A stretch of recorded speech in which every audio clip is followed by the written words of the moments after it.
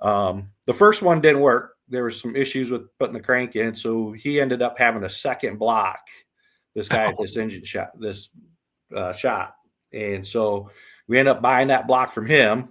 And he's like, "Dudes, I got to go home. Just lock the place up when you leave." And we left out of there. I think it was like 1:00 in the morning. We left that shop to head back and drop the motor in, and we got it running. I think it was like 6:37 had the truck running, and there wasn't a soul in sight. There was just me and my co-pilot Chris. Yeah. And so by the time we got cleaned up and everything packed back up, it was like 9:00 in the morning on Tuesday, and we had to head to Bradenton. So we rolled into Bradenton with 15 minutes for the lanes to close. Oh my gosh, dude! And did you swap in the lanes? We literally drove right to the lanes. Yep. Wow. We drove right up to the lanes, unhooked the trailer, changed the tires real quick, and suited up and got in line. Fortunately, we got lucky because they had an oil down, so it took them about 20 minutes to get that cleaned up. So we were able to make a pass and keep on for the week, and we finished out the week.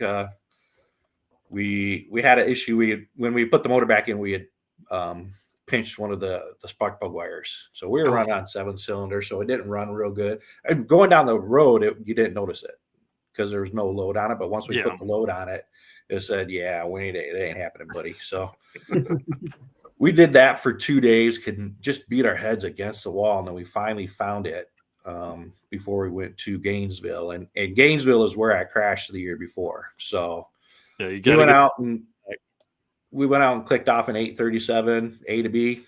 We said, "Oh, we're done. We beat you. You ain't beating us this year." Wow, man, that's cool, dude. So what's your plans for 25 event wise? Like, what are you attending? What are you racing? So we're motors apart right now for the truck is going back together, and we're going to be at Sick Week again. Nice. Competing in a class that I have no business being in, but that's where we're at. It's all fun. Just out there to have a good time. And that is probably going to be, I can't say that's all the events, but right now that's all that's on the radar because there's so much work on putting, one race on, let alone 2. So I got to kind of spread myself out a little thinner on the racing this year till I get things lined up better for the drop the hammer races. Yeah. I can certainly understand that.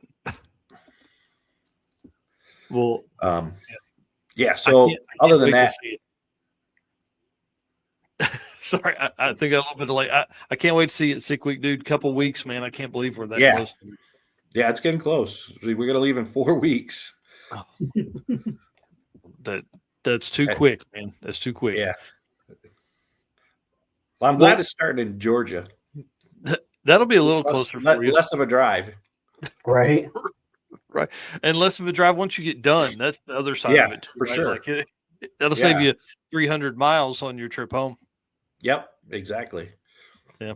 That's awesome. Well, tell everybody where they can find Drop the Hammer, and then we'll kick you out. Drop the Hammer on Facebook.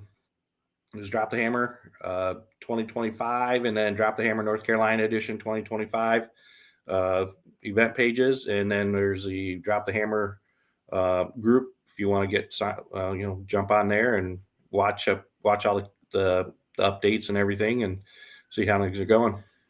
That's awesome, man. Hey, thanks so much. You don't have to go anywhere. Thank you, guys. You're welcome to hang out backstage, and I think maybe at the end we bring on like 10 people at one time or something like that. Who knows? Okay. No, I appreciate all you guys do. Thank you. Thanks, man. Yeah, we appreciate you guys. All right, let's bring on Mr. Matt Blasco because he's been sending me photos backstage. This jerk. He's intending to bring a new car. So introduce yourself, where you're from, and while I bring up those other photos, tell us what's going on, man. I'm from Alberta, Canada. I live just a few hours south of Rich. I actually met Rich Guido in 2015 when we did Drag Week, and Montana Dan Nissen way back when, and been doing drag and drive since then. I'm actually just out in BC right now sledding at the moment and took a moment to come in on the podcast, but then I got to get back and work on my car before Rich Guido gets after me even more for being out here, not working on my car. But I did work on it right before I left to make sure it's trying to figure out the problem that I was having. But I do have it fixed now, so, or at least have a good idea. I sent a bunch of pictures when Rich and I actually went to Todd Goodwin's shop and we're doing the motor. We did spent right before and after PRI. That was, I think, 2019 or 20. Yeah, Rich. I was actually tuning a snowmobile today and clutching it, so that was the thing. But yeah, I just did a bit with the sledding today, but I was running. It's strapped to my dyno right now. I did find the little problem I was having on it. One of my actual sensors, I don't know if it's wired wrong or shorted wrong, but the little bit of a shortcoming that I have with my ECU is it's an M-Tron, which is good, but what it'll do is it'll automatically rescale all your sensors. So if you have a 5 volt that's shorted out and it's only showing a 1.5 volt, it'll rescale all your sensors to a 1.5 volt. So if you ever have a sensor failure, it'll automatically fix itself so you can still run. But in the end, I was looking at the scope of my crank and I'm like, why is it only showing a 1.5 volt? And yeah, I found my problem because I've been running on the dyno, but then it just spark scatters and it's never had that problem. But I had a friend help me with the wiring and he must have switched a couple pins around, but yeah, well, that's been my bane of my existence, or boon is, what are they? Right. This thing looks wild. I love it. It's one of the only cars you're going to see like this. I think we saw a Pro Mod. It's a Barracuda, right? So that's a 71 CUDA. It's an actual steel roof and quarter car. Started its life as a 71 CUDA. Wow. I bought it off a friend of mine who had bought it off another guy in a divorce sale. He had ran it, but it was just kind of too much maintenance type car for him. And he said, well, Matt, you should have a car like this because my Dart, it's just a little too much engine for my Dart. I'm doing a twin turbo Gen 3 Hemi for that, but it's just too heavy. So this car is about 700 pounds lighter. No, 700 pounds lighter than my Dart was. So it's the same drivetrain for now. I actually have a different transmission set up for it and converter drive set up. But for now, I'm just going to run my Rossler in it for the moment. And Rich Guido is going to be my trunk monkey for once. Actually, twice. Him and I, we put this motor back in my Dart and ran the Canadian Dragon Drive and won the Canadian Dragon Drive with it, just playing around with it. But the motor makes really good power. It makes 3,200 horse on 20 pounds of boost. It's 652 inches. It's pretty much Doc's engine with pair of 102s on it. And then we turn it up past that, it makes even more. Bro. Yeah. Wow.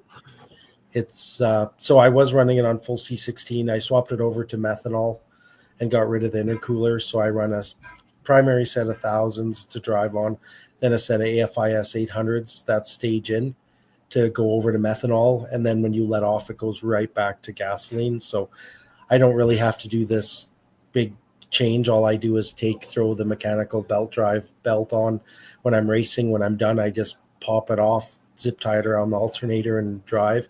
So I don't have to do kind of a big transform change on the car.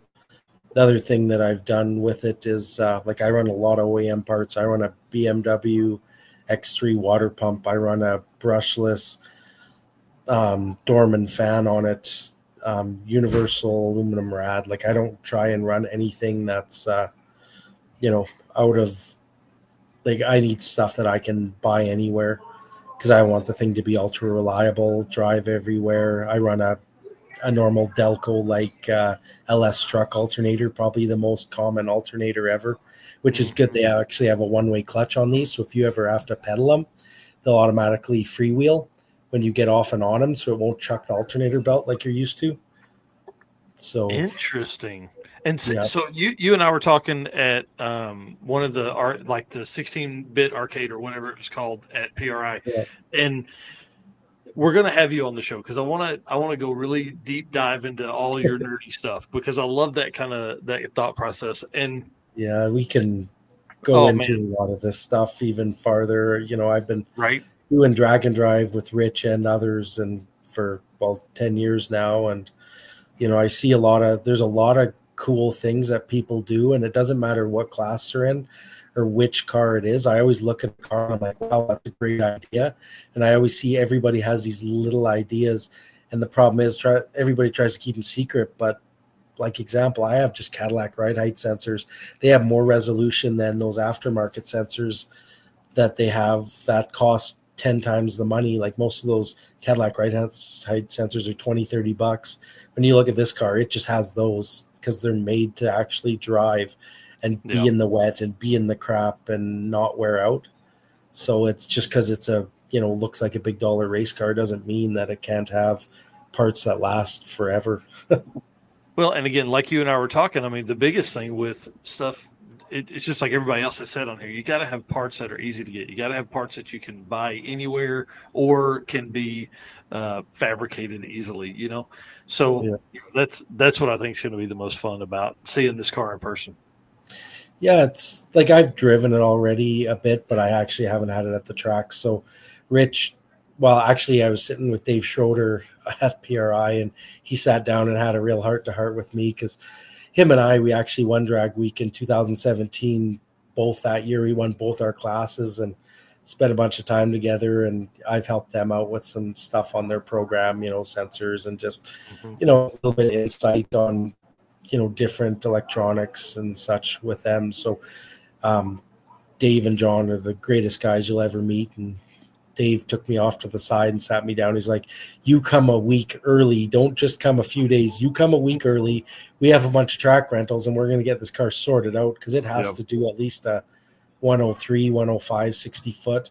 Like if it did a 110, but I don't want to throw a bunch of mile an hour. Like it's the faster you go over, say, 220, 230, 240, like it just becomes more unsafe.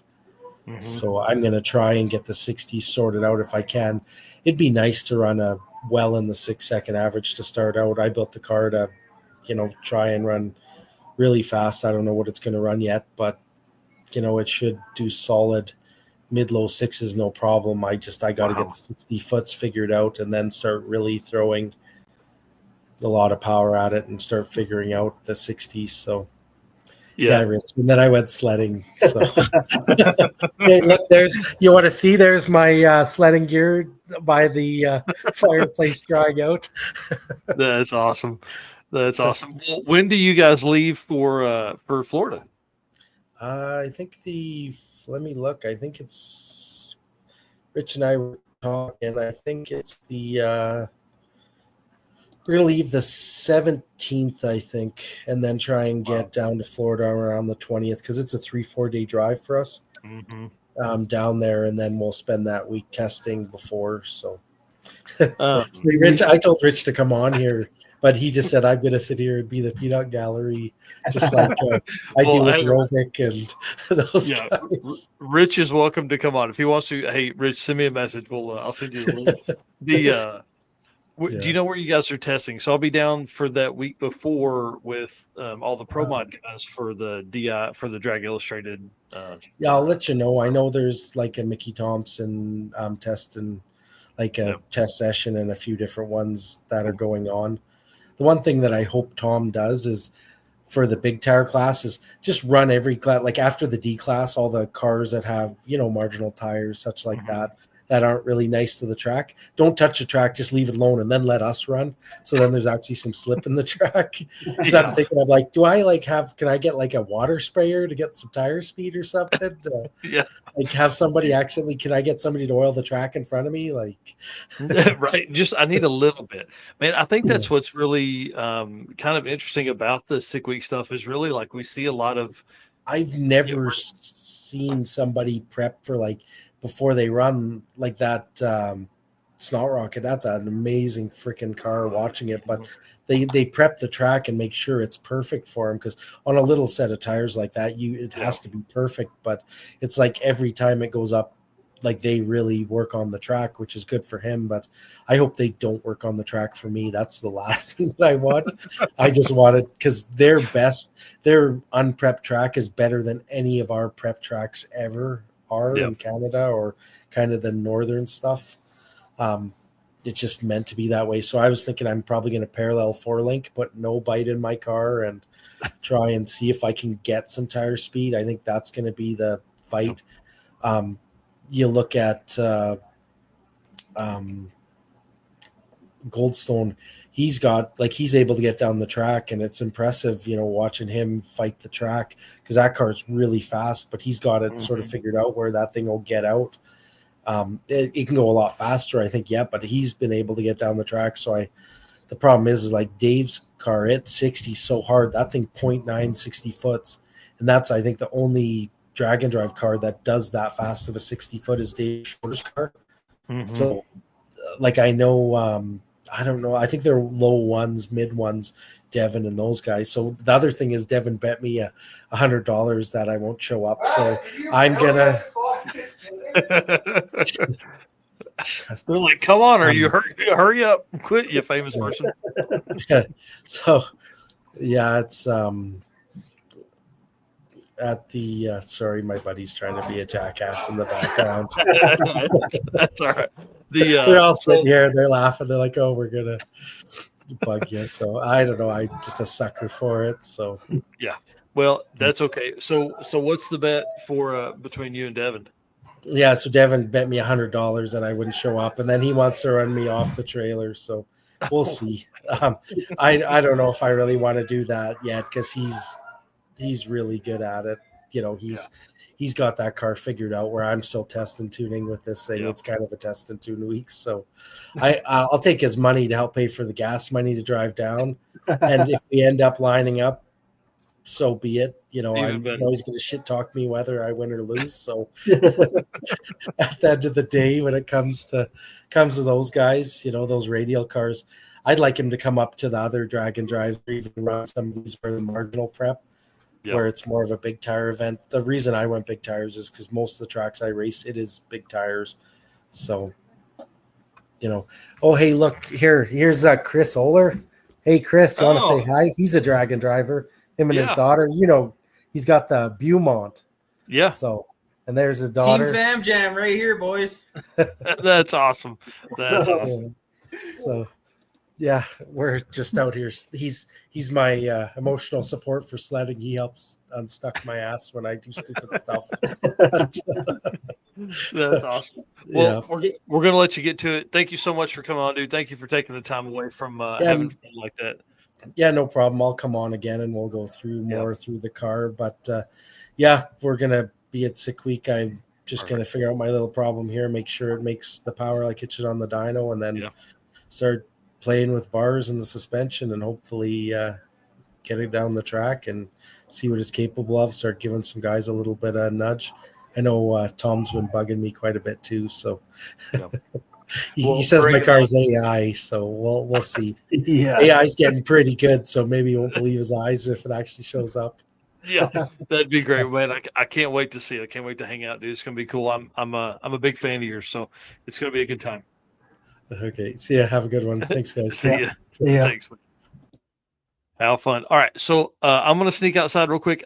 Let's bring on Bill Spangler because he's been so nice and waiting. We're going to call him Mr. 10-0 because he's one of 2 people to ever run a perfect 10-0 in an SME class, in the SME class at Drag Week. So you guys talk about that. I'll be right back. All right. Well, go ahead and introduce yourself. Tell us where you're from and what you drive. Bill Spangler from Vermilion, Ohio. I have a 1984 Fairmont named Fub. Right now it has a big block Ford in it, and that's going to change. That's coming out, and we're going to put a Godzilla with a turbo. We're going to go after the big block power adder class. Oh, that should be fun. Yeah. We've had enough fun at 10-0s and 970s or so, but let's go a little faster. So what's the goal going to be with that combo? Well, the cage is only legal for 850, so be to run 850s for the street race big block power adder, There you go. and then see if we can get into some of the 860 stuff that Tom and Sick the Mag's putting together. Yep. So there's some more stuff coming, so thought it was the right time to make that move. Now you've already swapped, or you're getting ready to? Getting ready to. Brian Wolf is the godfather of Godzilla, and I have parts on order from him. I have a new block on the shelf here. I'm waiting for pistons, rods, heads. So it's all coming. It's just going to take a minute. When's the plan to debut that then? It's too early to say right now. There's a race that I just found out about this week here in Ohio in October. So I'd like to try to make that. That's a 3-day deal. Gotcha. We'll see what else we can do, but that's right now. That's the goal, and hopefully sooner, but who knows? What events did you do in 2024? I didn't do any drag and drives in 24. I started a new job in September of 23, and been very busy with that. Been busy on some projects at home, and just not enough time. Oh, I can understand that for sure. And was trying to figure out where I wanted to go with all this, and with everything that's been coming around here recently, the 860 stuff and the other items, it makes me want to get a little more into it. Yeah, for sure. Now we've had you on before, and you kind of went over how you got the nickname Fub. Do you wanna go over that again? Well, there's a couple different versions. The PG is Fairmont Under Beautification. That came from Joe Fritz, my co-pilot. And then the actual one is for the cars, because it's patina and needs some paint. It's fucking ugly bastard. But it's always funny. The announcers will read off the tech card that it's FUB. What's FUB stand for? And everybody starts questioning, and we're in the pits laughing. Oh yeah. People that know. Well, did you guys talk about the setup in the car? I talked about the current setup and the future setup. Okay, perfect. Yeah, because you sent me a little bit of that, but you've also been sending me some photos of some other stuff you've been working on too. So Yes. it sounds like there's some cool stuff going on around you. Oh yeah. Buddy of mine from Loveland, Ohio, down by Cincinnati, has a 79 Camaro he bought new, and he's played with it on and off over the years. It has set for, I don't know, 20 years, 15 years. I don't know what it's been a while. And he put a LS in it, 400 trans and 9-inch rear end, real nice combination. He brought it up to me, and I got to install turbos and plumb all that and wire it all. Yeah, that's exciting. Got it running. Yeah. We were actually at his house yesterday in Loveland and going through, tweaking a few things and getting him a little closer to getting to the dyno. Nice. So have you guys talked about 2025 plans yet? Well, my plan right now is I'm trying to put this Godzilla combination together, and I don't know when I'm going to have all the parts. Yeah. There is that new race I just found out about in October up here in Ohio. 3-race deal, 3-track deal. That's my goal at this point. Yeah. With things can come together sooner and all the parts can happen, we'll do it sooner. Right. Buckeye Skips or something like that. How do you say it? Is it Coonley or Coonel or? Sure. It's old Thompson Dragway. Coonel, I think is how you say it. I'm not sure. It's a trucking company that bought the place. Gotcha. They've done a lot of improvements. I haven't been out there. It's about 2 hours from me. Nice. That'll be weird for you, right? Yeah. For a drag drive to be that close. Well, no. Midwest Drags in 21 when I did that. It started in Norwalk. It's 30 minutes from my house. So we just drove FUB there, towed the little trailer, and never used the big trailer. That's awesome. And then the next year it started in Edgewater, I think. We did trailer to that one.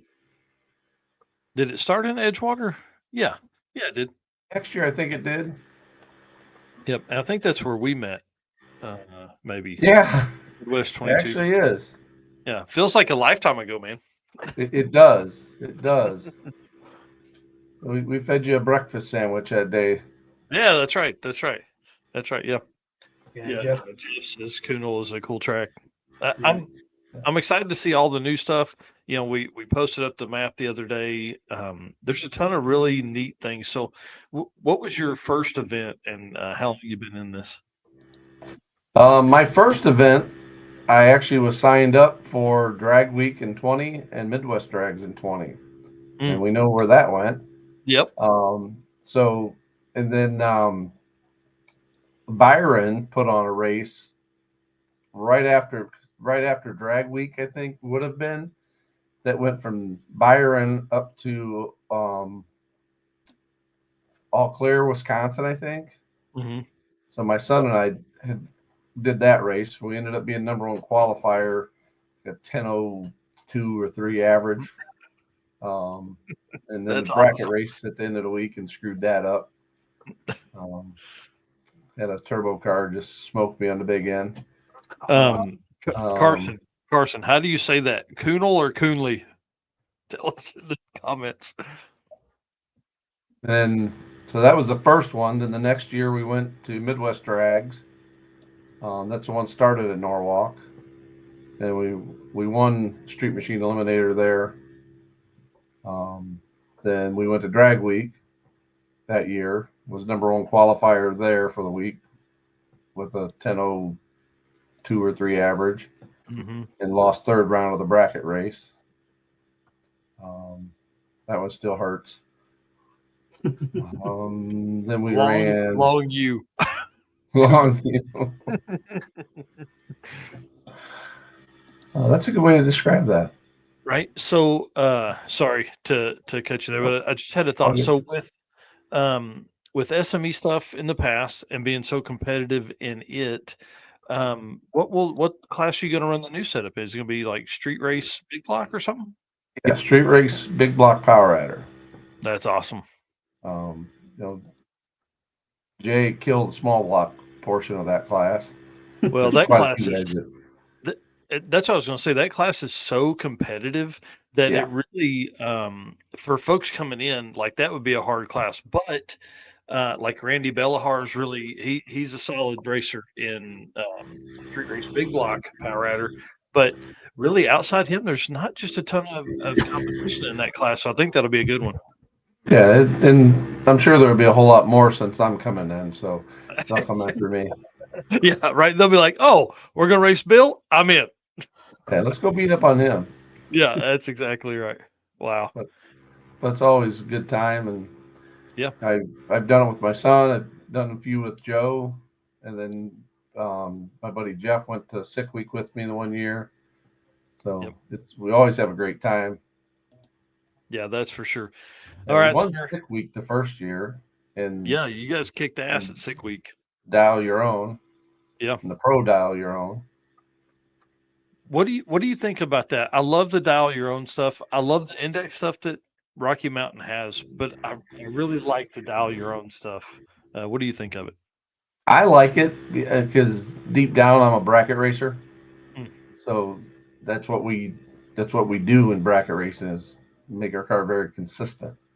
So that I think it's why we do so well with it, and it gives you a place to race because my car, with the EFI setup on it and then the new heads, it now runs 970s, 980s, not 10.0s, and I could slow it down to 10.0s, but that's another dance you're doing.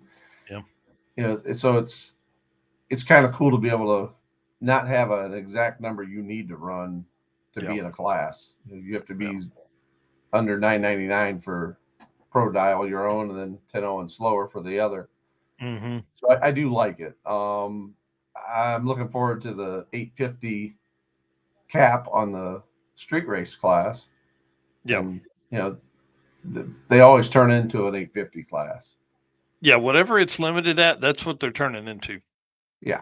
Like this SME is can't go faster than 10.0, and everybody guns for 10.0s. Right.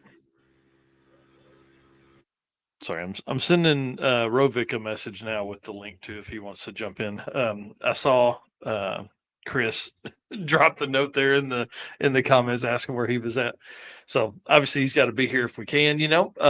This is a weird transition for Eric and I because we're not used to rolling through so many guests. So I want to say thanks to everybody that's had patience. We've got a big long list of folks that are backstage as well.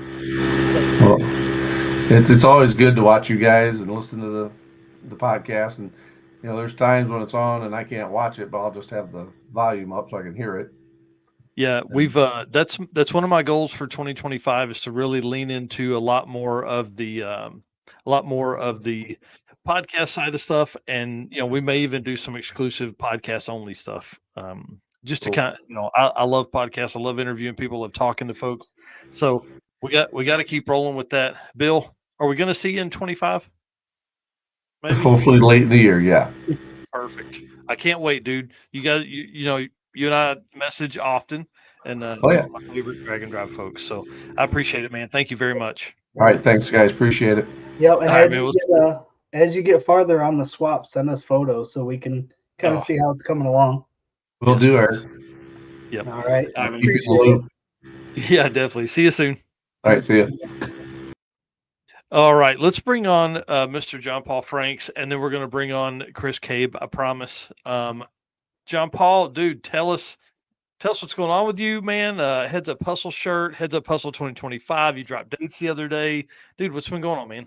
We're just working hard, trying to help Heads Up Hustle grow for 2025. We're excited. It's going to be July 25th through 27th. We'll start at Milan Dragway again, and then run up to Mid Michigan Motorplex and back. They're the same 2 tracks from last year, but we had so much good feedback about those tracks, so we're just going to do them again. I'm going to tell you, same weekend, Michigan, so consistency. Dude, Mid Michigan it's one of the most beautiful tracks I've ever been to. It was great. It was really a nice place. Yeah, the Ledfords are really great to work with. They're awesome people, and they have a great track there.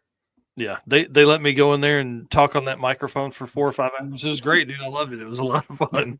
You did great. I mean, you would never know that announcing wasn't like what you do professionally because you did such a good job.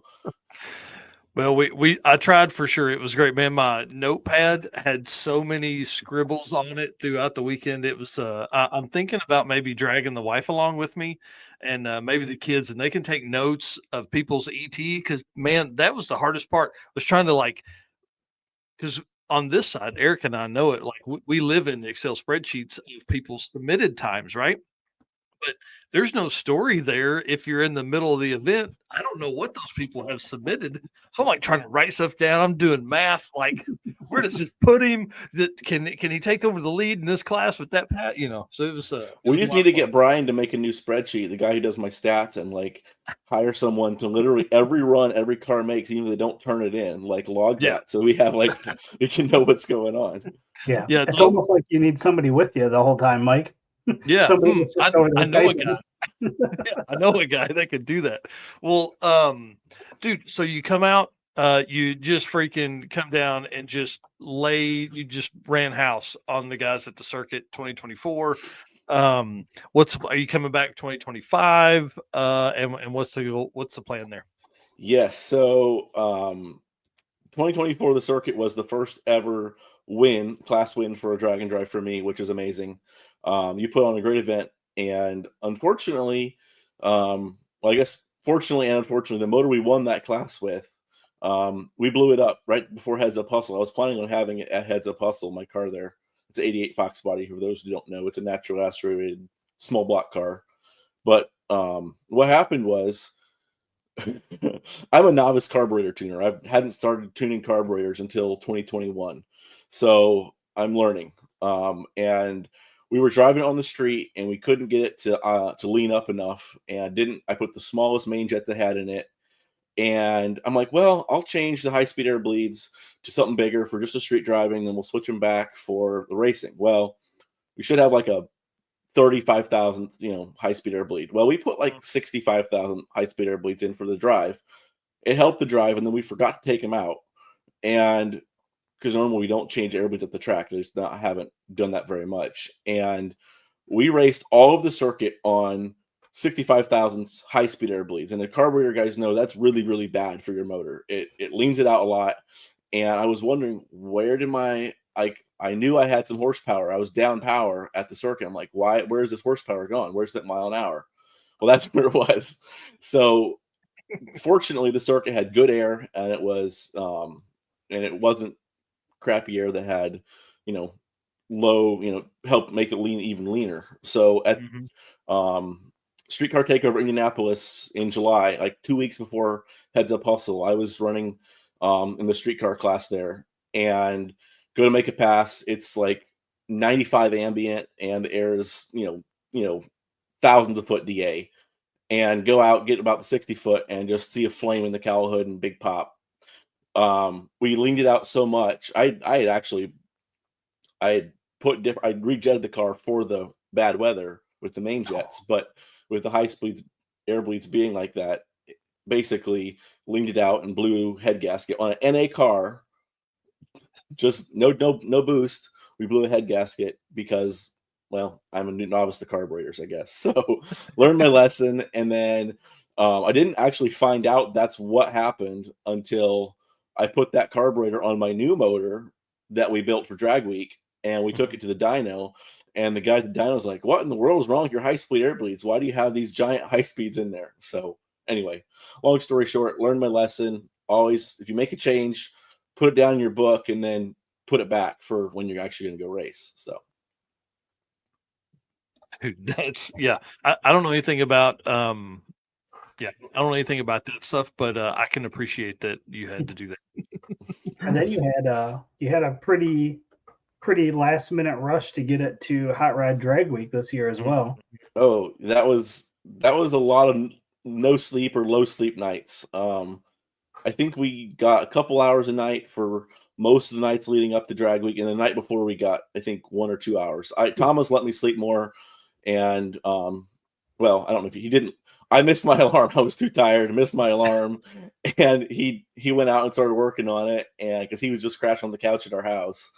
And Thomas Robbie's my co-driver, and he helps me run Heads Up Hustle. But anyway, he's a great dude. But we thrashed, and he had a big cut on his finger, and I dropped a trans on my finger, and we didn't cut the hole in the hood for the hood scoop until Sunday morning at I think it was 9:50 or 10 o'clock Sunday morning. We cut the hole in the hood scoop because we're not going to ruin the hood for the new carburetor and the new scoop if we're not going to make it to Drag Week. And we got the car started, and we're like, okay, we're cutting the hole. And so anyone who sees my car with the hood it's got on now, the reason the hole's so ugly is we rushed it, and we got in the trailer and got headed to Drag Week. And I called Jason Tapscott. I'm like, hey, Jason, what's the line look like? And he's like, well, I don't know. It looks like you might be able to roll in here. And he talked to Keith Turk for me and found out basically the rule is, so 1 o'clock's the cutoff. And if you don't make it in the line before 1 o'clock, you can't get in. At least that's the rule. But Keith's like, well, if no one protests you, I'm not down there monitoring it. We don't have anyone monitoring the end of the tech line. If no one protests you, as long as you're here before tech is closed, you can get in. So we roll in to Dragway, National Trail Dragway there for Drag Week at 1:10, and we're rushing to get the car out of the trailer, hook up the trailer, and get to the tech line. And I think we pulled in the tech line at 1:20 or something. And I was sweating. I'm like, we better make it in here. And we got in, and then I felt better when 5 or 10 of the cars got in the tech line behind me. So yeah. Nice. But then, unfortunately, we didn't finish Drag Week, but we did run a personal best of an 871 at 157 miles an hour with the new small block NA motor. So, yeah, and I don't have my sheets up, but that's one of the quickest NA small block passes in Drag Week history, right? Jason Tapscott still does own that with an 860 something, I think. or I mean, that's 850 what I'm something. saying though. Actually. Like it's But we're one close. of the fastest. Yeah, I mean, dude, that and especially being like, I mean, literally finish the car, literally pull in at 110, 120, and go out and get that on your day one pass. Pretty awesome, man. Well, thank you. Yeah, the 871 was the third ever pass with that combination. So Wow. That's wild. we were like, we got to send it. Yeah, right. Well, what's that mean for 2025? So the plan is to bring the car to the circuit. And that's the only thing I'm planning on doing. We just had our third child back in the fall, and racing, running my own business for what I do for work, as well as running Heads Up Hustle. It's a lot of work, and I need to prioritize the family. So those moments of coming home and having a 1.5-year-old, 2-year-old run to you and say, "Daddy," and that's not going to be around forever, and that's what's mattered. That's the most important stuff, is being there for my family. So, so circuit's the plan, and maybe last minute we'll jump into some other drag and drive later. We'll see. Well, the great thing about where you're at there too is like there's several that have popped up. There's several that are coming this year, so that may make it easier to get over to one of those if you find time. But dude, everybody know. Well, I don't know if everybody knows, but listen, putting on a drag and drive is tough. It's real work. It's a lot of work. Like it's worse than racing because you're there all day. You're the last one to leave, and you're the first one to get there in the mornings, and you don't get to see any of the route really. So. Yeah, Right. we just put the next place in the GPS and try to get there as fast as we can. Yeah. Eric knows he was kind of our media guy for the Circuit 24, and I'd be like, man, go ahead and go, dude. We'll close this down, tear everything down, all that kind of stuff. Go ahead and go and get out and get some photos. And without him doing that, I missed. oh yeah, without him doing that, we wouldn't have had anything. So, well, dude, I can't wait. I think we've probably made this announcement before, but I'm coming back as the announcer for Heads Up Hustle 2025. So excited to have you, dude. Thank you for saying that, but I can't wait. I'm really excited about that one. I think it gives me an opportunity to, lean some more. Like we can look at who raced last year and kind of tell some extra stories and all that kind of stuff. So as we move into the 2025 season, you guys are going to be hearing a lot about the about Heads Up Hustle and all the stuff that comes along with it, because John Paul's awesome, and drag and drives are cool, man. Well, thank you so much. If you're interested in a weekend Heads Up Drag and Drive, mark your calendars, February 22nd, 10 o'clock Eastern time. Registration goes live. And headsuphustle.com is where to find us, as well as Facebook and Instagram. Yep. You're awesome, dude. Thank you very much, man. We'll see you soon. I'm sure you and I are going to talk sometime in the next couple of days. Thanks, Mike. Thanks, Eric. Have a great night. Yep. All right, see you, buddy. Awesome, man. I really like that dude a whole bunch. All right, let's bring on Mr. Chris Cave, Mr. Race Car Revolution. Man, sorry it's taken us a minute to get here. I appreciate your patience. This is I thought we would probably roll through people faster, but dude, everybody's got good stories, man. Exactly. These people are the legends of this stuff. I mean, these are the people. What's sad is I'm sitting here watching this. I'm like, oh, I remember when I was on Drag Week 21 and Carl Stansel was in the tech line, in the weight line, the not registered list, building his car, putting it to that Blazer together. I was like, so oh, cool. I'm like, oh, I know that guy, and putting faces to names. I'm like, oh, so no, it's cool. I'm glad to be a part of this. Thanks for having me on. Absolutely. I was doing it, man. I'm probably the slowest guy on here that's won something. I don't know. Well, and it wasn't DYO. What do they call it at OGG? It's Street Eliminator in One Guy's Garage. Yep. Yeah, I love that event. Eric went to a day, I think, in 2023. One of our plans. I mean, that's to be honest, that's really the goal event for Eric's Mustang. We'd love to debut that drag and drive Mustang at One Guy's Garage. Let's really hope they bring it back. That event is the first one I ever went to as a photographer. They took me along and they said that we need some extra help. Can you come take photos? Can you come just do it? And at the time I did 4 drag radar races up in Fargo back in the day. Well, what year was that? I'm looking at the posters here. I don't even know if there's dates on them. It's been a while. It's been 3 kids ago. So been a minute. It's been a minute, and twins don't make your memory any better. I'll tell you that. Dude, I can't imagine. 2 kids is 5 times harder than 1. I can't imagine twins. Yeah, twins at 40 was not in the books, but I wouldn't change it for the world. They're amazing kids. They're their own beings, and that's awesome. They're their own personalities. No, so I went to One Guy's Garage, did photos. I guess you asked what the criteria of what I've done before is. I tried to go 20 for Drag Week, was the first one. Thank you, Josh Norris, for getting me hooked on this. Yeah. But of course that didn't work out like everyone said. And so I came back in 21. I really like Drag Week for the nostalgia and for what it is. Yeah. But for a slow guy like me in a stock 94 F-150 Lightning that runs 15 threes and 15 fours, it's not that exciting. You're doing a lot of waiting. And it drags. It's an awesome event. I would love to go back and do it once I get a different car, get something different. But the classes, unless you're an all-out guy that's going all out, it's not that fun. The local events is where it's at. I hate to say it, Six Summer and the One Guy's Garage, where they have the dial your own classes and the stuff where you can get in where you fit in type stuff. Well, and I think that's what's a lot of fun about the DYO setup is that you're literally, I always say 1230 bracket cars can get in somewhere. Without that, without a DYO setup, you really don't have, I mean, that guy's got to either turn it way up or turn it way down to make it work. Yep. And I met some amazing people this last time on One Guy's Garage. Joe Hanjay, the F Cancer Nova guy, awesome dude. Yeah. And then I met a couple other people that I met from back there, and it was just cool. Us hanging out with people, learning new things. And I will admit, Joe should have won. Joe should have wiped the floor with us. But when you have a motor mount that's being held on by a 2x4 and some zip ties, car's not very consistent. So. Yeah, that makes it a little tougher. But makes it a little tougher for sure.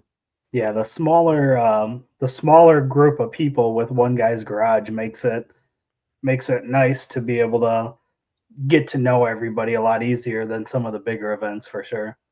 It also makes it family. As much as I did like the second one they ever did, and then I did this last one, and I fell right back in. It was like I never left. Some of the same people were there, but there was a lot of new people and got to meet some new people and some really cool trucks and some. As much as I'm a Ford guy through and through, Turbo LS stuff is Turbo LS stuff. Oh yeah, it's everywhere and it makes power. Yep. If it works, it's great. I think what we're seeing is like Turbo LS stuff is it's letting people enjoy their cars while they're building their dream motors. Yeah. That's cool. No, I get it. I've got the anti-LS coalition sticker on my daily driver. So it's a Crown Vic. So yeah, there you go. I knew I liked you. So in other words, you're not a fan of my twin turbo LS Fox body.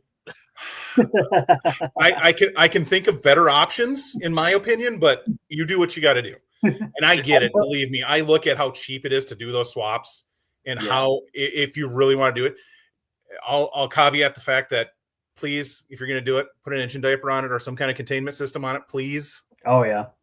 I'm telling you, once the Ford stuff becomes more available in junkyards and the prices come down, they'll be a lot more common too.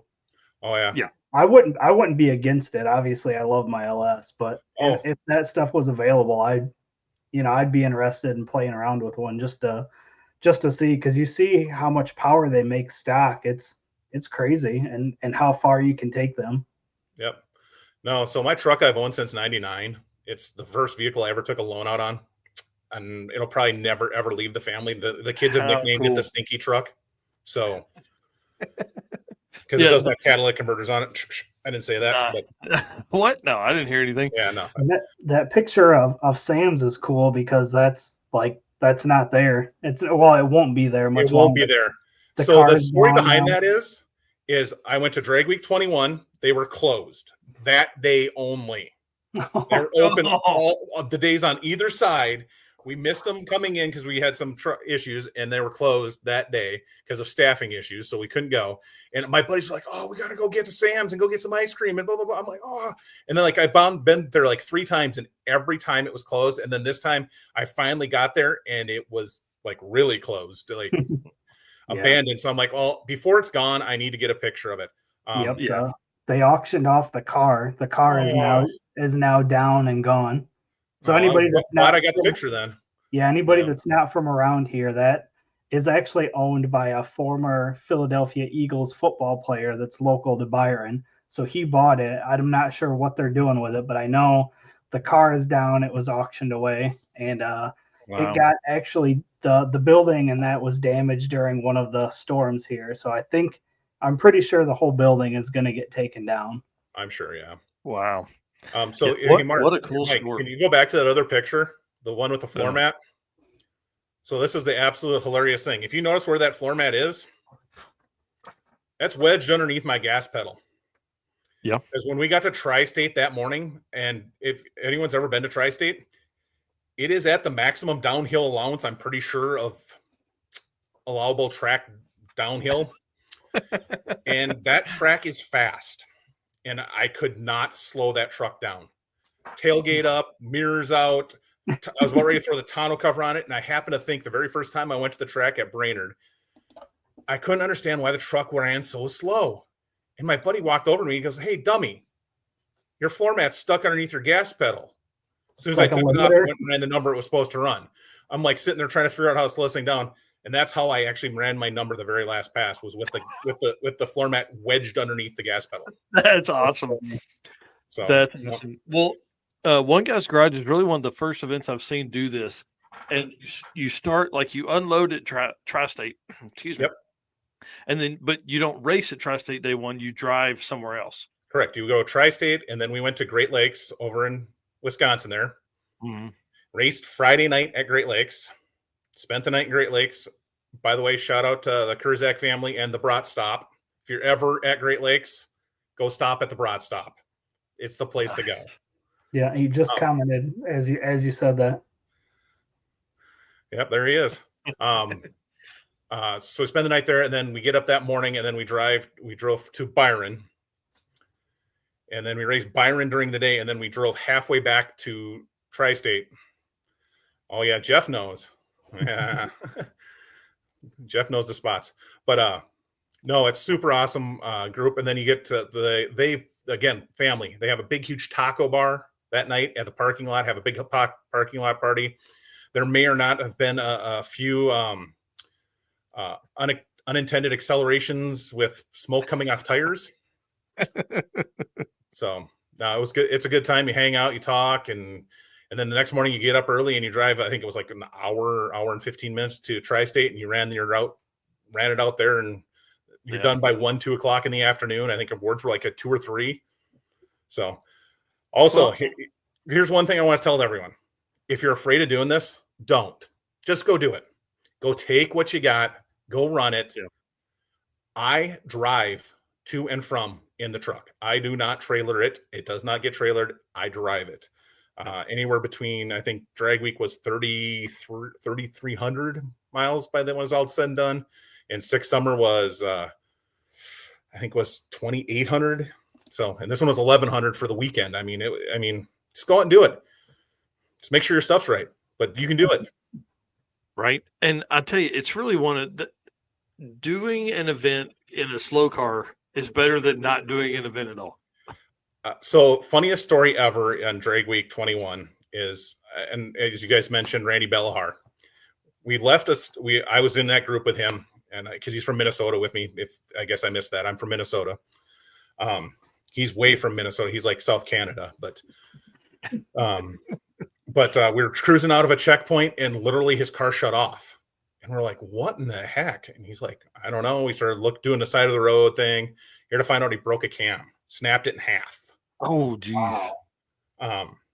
So we're sitting there, and so the one thing I didn't get to on my checklist of things I wanted to get done before I left for Drag Week was to get the air conditioning working. It was like 92 degrees out that day. Oh, gross. Yeah, it was horrible. Well, so what's funny is I'm like, well, I'm going to try it. I flipped it on because I've got the 4-ways because I'm the biggest truck. So I'm blocking traffic. We're on a 2-lane road. I'm half out trying to slow everyone down so that they don't plow into everyone.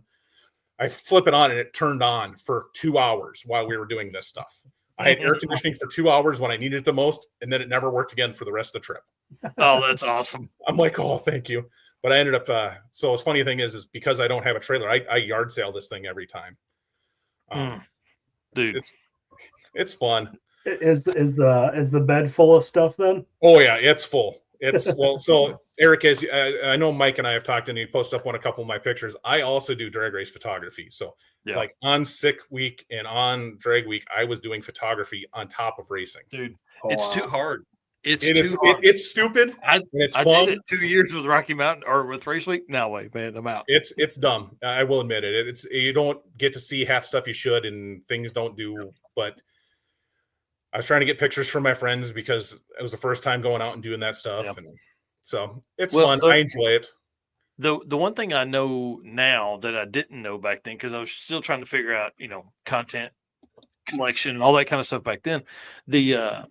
You have plenty of time in the staging lanes. You just need somebody to move your car. Like, leave that dude in neutral or something. Just say, hey, push my car forward. I'm going to go up here and get some passes. Just let me know when I need to be back. That's the person you need, because that's the hardest part about getting the content and racing is you can't be too far from your car, or you're going to be you're a jackass for hogging a lot. Yeah. So I always leave my key in the ignition. Yeah, right. Lane. If someone really wants to steal it, go for it. It's not going that fast. It is what it is. But there's actually a funny picture one of my friends took of me. He found me. So 21 was when I'm at AMC, the AMC guy, Goldstone, crashed, and when Mrs. Honk crashed, I was like 5 cars behind that line when all those went down. So because I was a dumb butt and decided to really try to hit the tree, and I red lit so badly that I didn't get a time slip, so I had to go back into staging and got stuck. Dang it! No, so then you're questioning your ability there. You're like, man, or your answer. What should I do? Should I try and back out of here? Because I got to get on the road. Luckily, it was last day, so it was still sitting in those staging lanes, and I luckily my pits was literally right on the edge there. I don't know if you ever saw the pictures of Nick with the Mountain Dew Mustang back then. Mm-hmm. They were camped. I pulled into the track because I was like the 4th or 5th person in that morning, because I'm an early bird. I get up at 5 a.m. So I rolled into the track and set up my pit, and I look over, and there's the Mountain Dew Mustang, and there's these 2 lumps sitting next to it. Here they are on a tarp with sleeping bags over the top of them. Yeah. Out cold. I'm like, oh, sweet. I got a picture. So I was sitting staging right by the tech line, or by the impound area and stuff. So I was bringing out waters to everyone and grabbing all the stuff out of my cooler, because everyone else is on the further down. So I was like, no, we'll help them. That's awesome. No, it's good. I mean, this community is awesome. I love this group of people for the most part. I've never really had a major issue with anyone, and it's always been super awesome to help, or with advice, or just to BS and have fun. So, right. Well, 25 this year's gonna be fun though. Can't wait. Yeah. Tell us what's I'm up. Bringing my 14-year-old son with me. Oh, there you go. That's great. Yeah, but he's a teenager. So we're working on weaning phone screens, because he's going to be the navigator. Oh, dude, Pokemon Go's got to go. It'll be fine for the navigation side of it. He'll have the map up. Yeah, but he's going to be playing Pokemon Go and whatever weird phone thing he's got on there now. So, I'm like, dude, you got to stop that. You're going to have to actually work. Can you put a camera did a test at a local racetrack up here in Wisconsin, and took him to it. And he's like, I'm like, here's the gist of what we're doing. We're loading the truck up. We're going. We're changing tires. We're setting up a small pit area. We're doing it all. We're going to make 5 or 6 hits, and we're going home. Yeah. And he did it all. He helped me change tires and got the gist of what was going on. And he wanted to do it. So. Right. And I think once you get them, like, say out of because I have a 14-year-old daughter, she'll be 15 in January in like 2 weeks. And so, like, dude, she's glued to it. But if you get her away from that and get her in somewhere like, hey, we got to, this is what we're doing right now. Yeah. She's fine. So a lot of times I think once you get him away, he'll be like, oh, this is cool. And who knows how many pictures he's going to take. Well, so that's what's even more funny is in school, he is in his photography class right now. Yeah. Well, I'm like, yeah. And they're like, Dad, they don't have any they only have like 8 cameras. I'm like, well, guess where where one is. Yeah. So, yep. No, we're excited for that. We're going to do 6 summer, all the local tracks, all the ones I know. So I've got a good baseline of what to do and where we're going. And That's No, awesome. hopefully dial your own. I got to redeem myself. I got 5th first year, so with an 029 spread. So now now that I've done 013 or 012 or whatever it was at one guy's garage, I got to step up my game and go see if I can take it again. So. Well, and I think that's what's most fun. We were putting some stuff together for a Sick Week article we're writing, and I was looking at this guy named Jackson Devon ran Sick Week 22, and he won the DYO class with like a 029 or 025 or something like that spread. And I was just like, man, that's so tight on 5 tracks that you've never been to, you know? What's sad is it's not though. What's weird is I kind of want to go do sick week because for some reason that spread seems to be really loose. Yeah. And dial your own. And I don't know if it's because it's so early in the year and people just don't have their vehicles figured out or what. Yep. But or the spread is loose and they don't have to. You know what I mean? I think there's some of that, you know, because like, dude, you know how it goes. How many passes you make the last day? Last day I made 5. Byron, I did 7. Yeah. So I mean, like, it takes that kind of stuff to get that consistent. I was feeling bad. Like literally, I was talking to Joe. I'm like, do I keep beating it? Because that. But here's the caveat on that. I made those 7 passes in about an hour. Lee. Yeah. No thanks. That's a lot. Well, I was trying to slow down, so I was doing everything. The heat soak. You're like, thing it's hot. Yeah. I'm like, what can I do? What's hilarious is the guy at the ticket booth there, the young kid, had like a 92 Bronco. He's like, if you want to trade, if you keep beating on this thing, I'll trade you. Yeah. You're like, yeah, sorry, bud. This one's way cooler than that. Yeah, it was. His truck was pretty cool, but I don't want a Bronco. I'm good. Yeah, I'm with you. All right, dude. Well, thank you very much. Appreciate it. Hey, tell everybody where they can find stuff. Where should they be watching? All right. Photographs and photography stuff is on Race Car Revolution on Facebook and Instagram. And then I also have a personal page for my fun stuff and I have a Pinto build that I've been doing for what seems like I think it's now 18 years. Yeah. And we're looking at doing something else, me and the oldest son and the twins. So I have all 3 boys. So I have a 13-year-old boy that's going to be 14 by when we got on 6 summer. And then I have twin 7-year-olds that'll be 8 here in the spring. And they're really wanting to go with, and we're all scouts, or they're all scouts. So it's all about camping. I'm like, well, if we're going to do it, we're going to camp then. Oh, and we're going to just go have fun and make a camping week out of it. And so we're really they're really trying to talk me into take my daily driver 08 Crown Vic, getting some sticky tires for it and maybe some skinnies on the front and just go daily DYO again, but just go have fun, do some slight mods to it. The main reason is the main reason the oldest one wants this is he also wants to run Junior Street at the local racetrack. So we're getting there. So the personal website or Instagram site is Barbecue and Burnouts, because if there's a good barbecue place around, I want to see it and feel it and taste it. So I'm all about that stuff. I'm always cooking. I knew I liked you. And yeah, you and I have actually had a ton of conversations when my brother had the 2-3. You and I were back and forth a lot about all the stuff there. There's not many of us out there, and as much as I love the Pinto, and it's such an odd combination and an odd car, and it's just weird. I will say this: after doing drag and drives in a truck with cruise control and air conditioning, and being able to just cool off and get out of the elements is so amazing. Yeah. That I'll keep this car for a while and I'll get it running and do what it's going to do. But I have a strange feeling it'll be going away sooner or later. Yeah. It's got a built 2.3 in it with a aluminum head and cam and big whole set turbo on it and a C4 with a brake. I mean, it should go low 11s pretty easily. Yeah, those cars are really a ton of fun, and that's really what started like your and I conversations about was when he was building that MG and what to do and all that stuff. I can't believe what he did to it now, though. It befuddles me. Hey, he's got automotive ADHD. That new car, wait till you see it, dude. It's going to be. I'm sure it looks pretty cool from the few things he sent me. So. It's going to be really, really cool. But appreciate you too. Have fun. Have a good New Year. Yeah, you too. Hit me up for 6 summer One Guy's Garage. I'll tell you some barbecue spots around here. So where are you out of, Eric? I was trying to figure that out. Northern Illinois, so I'm about 20-30 minutes from Byron. Oh, okay, cool. Yeah, I found one right outside of Earlville now that I've bookmarked. There's a place in the middle of nowhere that gets really killer reviews, so I'm going to go try that one out with the son. So Yeah, there's a couple around here. Cool. I'm in. All right, man. Thank All you right, all. Chris. guys. Thanks, buddy. See Have you. a good one. Dude, I'm having too much fun with this. Let's bring on Mr. Sheldon Yeah. Root, the third quickest Mr. Dragon Drive 8th Mile of 2024, the baddest man in this group here in the back that I'm looking at right now. Dude, super cool story. What's going on, man? What are you up to? Just working on the car. Got a lot to do. It's only 3 weeks away, and stress level is starting to go up a little bit. yeah, No that's for sure. powertrain, no front end on the car, so got a little bit to do.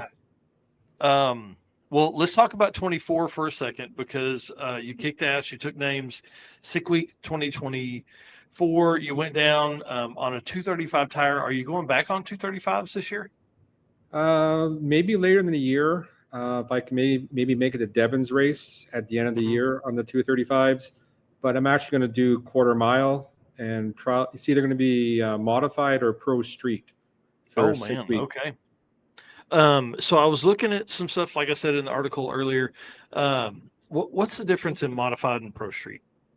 There's no minimum weight in modified. In modified, you're allowed to have Lexan and fiberglass doors, fenders. Basically, pro street is like all steel, all glass, has to be a 4-link, stock style front suspension, and 3,000 pounds minimum weight. Oh wow, okay. What's your car weigh? It's probably that heavy though. It's around 33 to 3350, depending upon how many batteries and how it's set up. Yeah. I'll pull a picture up for folks that, obviously you're like one of the most famous people we've had on tonight. So if they don't know who you are, they're under a rock. But tell us what the car is and the setup and stuff like that. It's a 1962 Pontiac Acadian. Well, actually an Acadian, black. It's like a Chevy Nova, but it's a Canadian version. It has different trim, taillights, the grill's different. It's a 540 big block Chevy, twin 94s. I switched between the Power Glide and the 400. Yeah, it's still got Gen 1 precisions on it, but they've been working great. And we'll probably upgrade this year. But it's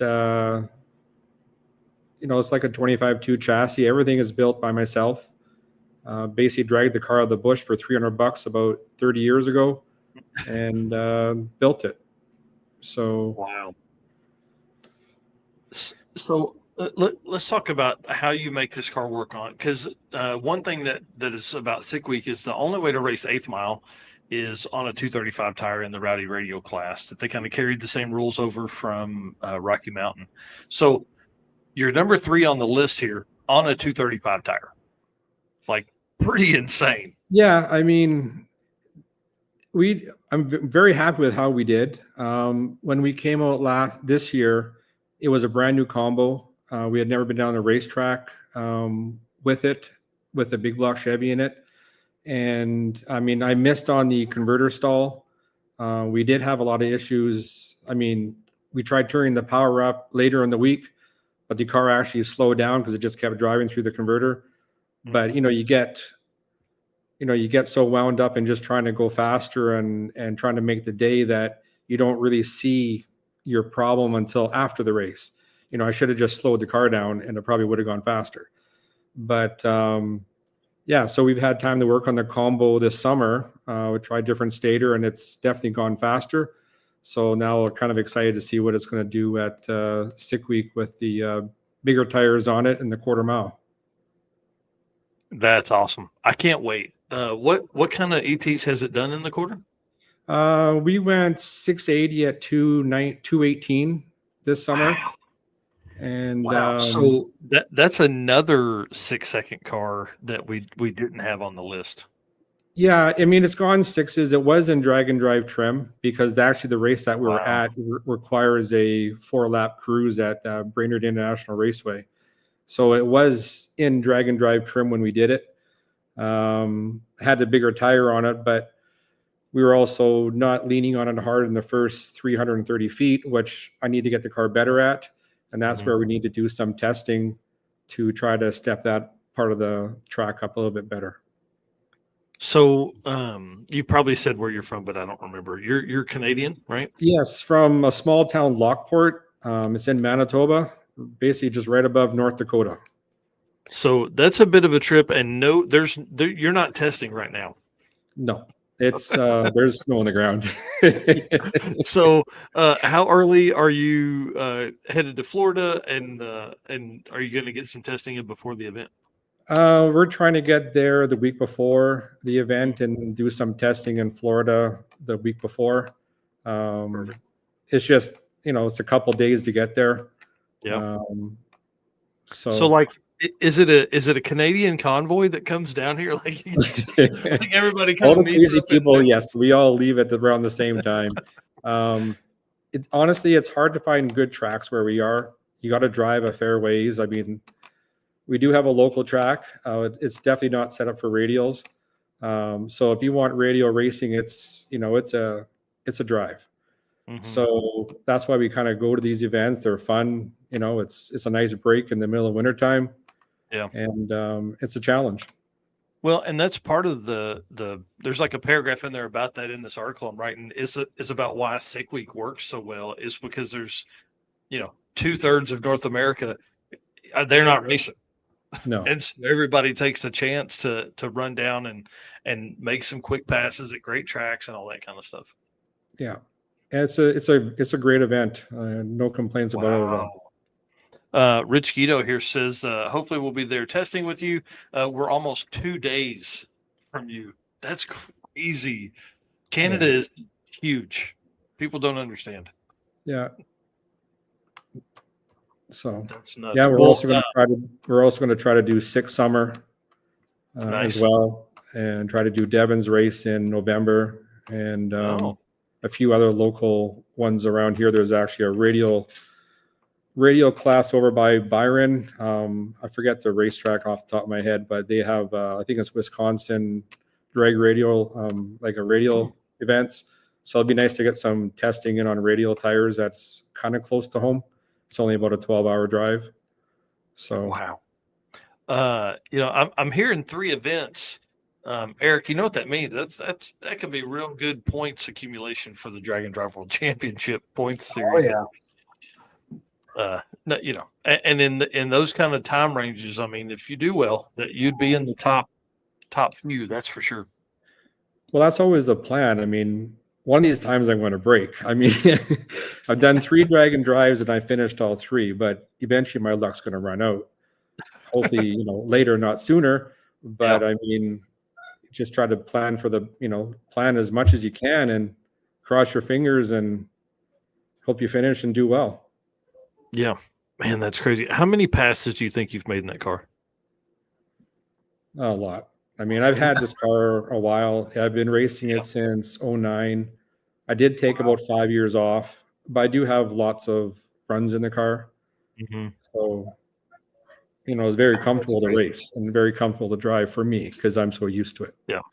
Well, and it's that car is probably, I would say, like, I don't know, it's definitely top 5 for me, especially at Sick Week. That car looks great. It sits right. I mean, I can't wait to see it down there. I appreciate that. I mean, it's I'm always, the owner is usually the worst critic. You know all the flaws and I got to fix this and I got to fix that. And someone comes and says, "Oh, it's such a nice car," and you're thinking to yourself, "No, you need to look at it."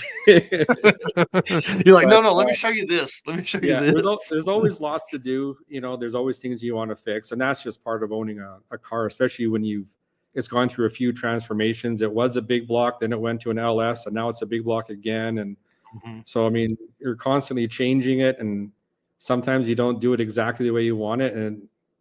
But like a friend said to me one time, fix it right the first time because you'll never have time later to fix it. And that is so true.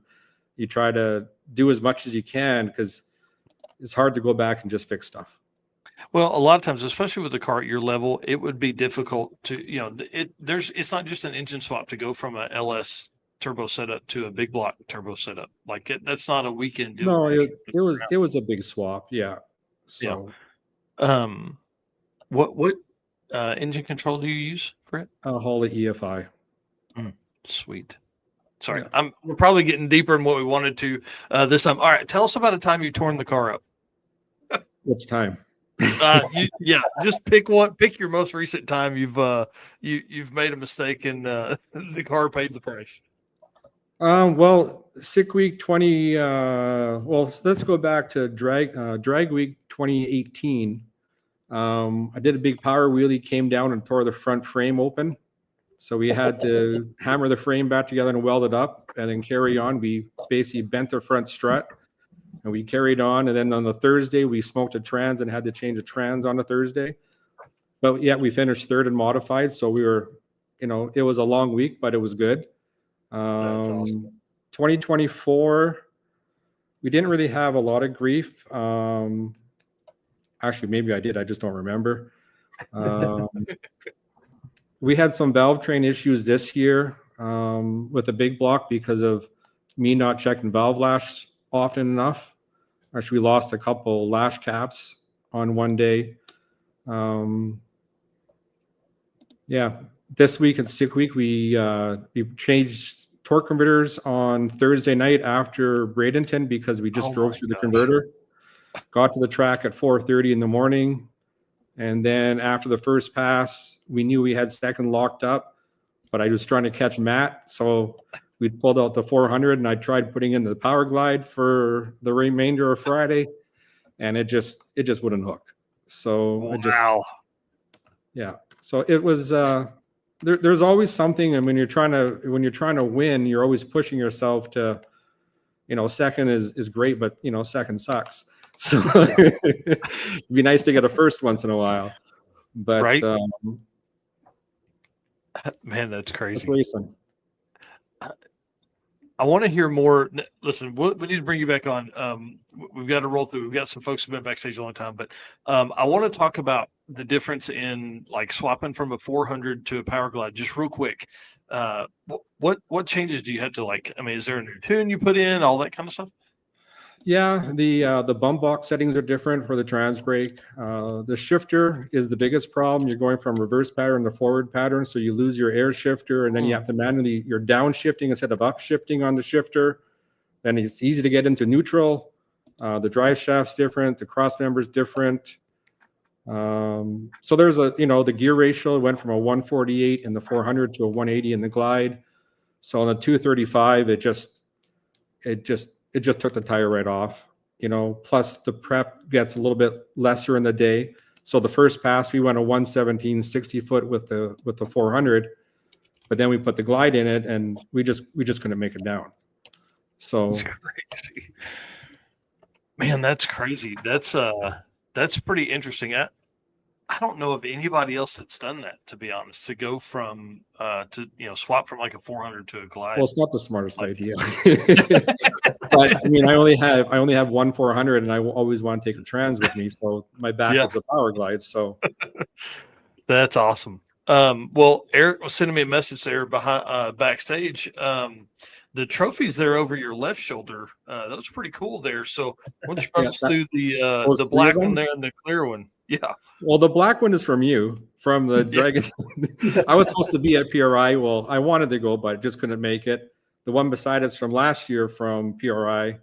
And then there's a no prep one there and the 3 from Brainerd for King Street. And the other one is from Sick Week 2023. That's awesome. So I'm missing one trophy, but my dad came with me this year to Sick Week, and he's never been to a racetrack ever. So he came along for the ride, and he's got my trophy. I figured, hey, he can have it. And that's the one he went to? Man, how cool is that? That's pretty neat. You and Rich, man, bringing your dad down, that's pretty awesome. Yeah, it was a good time. Yeah, I would imagine. All right. Well, listen, we appreciate you coming on. Well, I appreciate the invite, and hopefully we have good things comes this spring or this winter at Sick Week. Yeah, that's right. That's right. Well, it was 60 degrees today here in Arkansas, so it's like spring to me. That's nice. Yeah, it was great. You guys would have been in shorts and a t-shirt, I'm sure. I really appreciate you having me. Yeah. Hey, thank you very much, man. And again, I want to have you on. I want to talk about some in-depth stuff, but super cool. We'll do that at a later time. No problem. Have a good night. All right, Sheldon. Thanks. Okay, bye. Man, dude, we're rolling through, folks. Man, listen, this is we're kind of getting a rhythm here. I want to bring on Jesse Fox because I want to talk to him about 3G video and all the fun stuff he's got going on with Benny. But dude, once you break the seal, like it's well, listen, I just made a list of the guests so far, and this will be our 10th guest of the show so far. That's awesome. That's awesome. So let's bring Jesse on, and then I'm gonna sneak out for everybody that doesn't know. Oh, sorry. Yep. Jesse Fox runs 3G video. He's a professional photographer, professional videographer, all the fun stuff. His microphone is muted. I can't unmute it. I figured I'd say that before we jump on. But dude, you ran a live stream today. You did a live stream last week where you're tearing down an engine. Yeah. Man, walk us through. Listen, I just want to tell a backstory real quick. A couple of years ago, I met Jesse in person.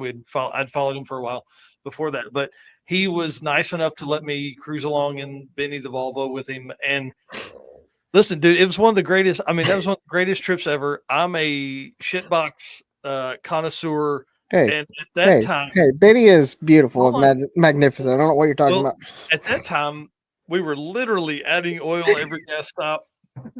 You would, if you had your foot on the throttle and there was some vacuum, smoke came out of this side. If you were in boost, smoke came out of this side of it. It was great. I loved it. It was a lot of fun. But since then, he's changed it up. And dude, I want to talk about how many miles you drive a year. I want to talk about some roadside stuff you fixed and how you've kind of kept that car going. Because, dude, you literally live a drag and drive life. So tell that. I'll be right back. Yeah, no worries. Let's start out with who you are and what you do. Mike's jumping way ahead here. He's getting too excited. No. Everybody knows. No, it's fine.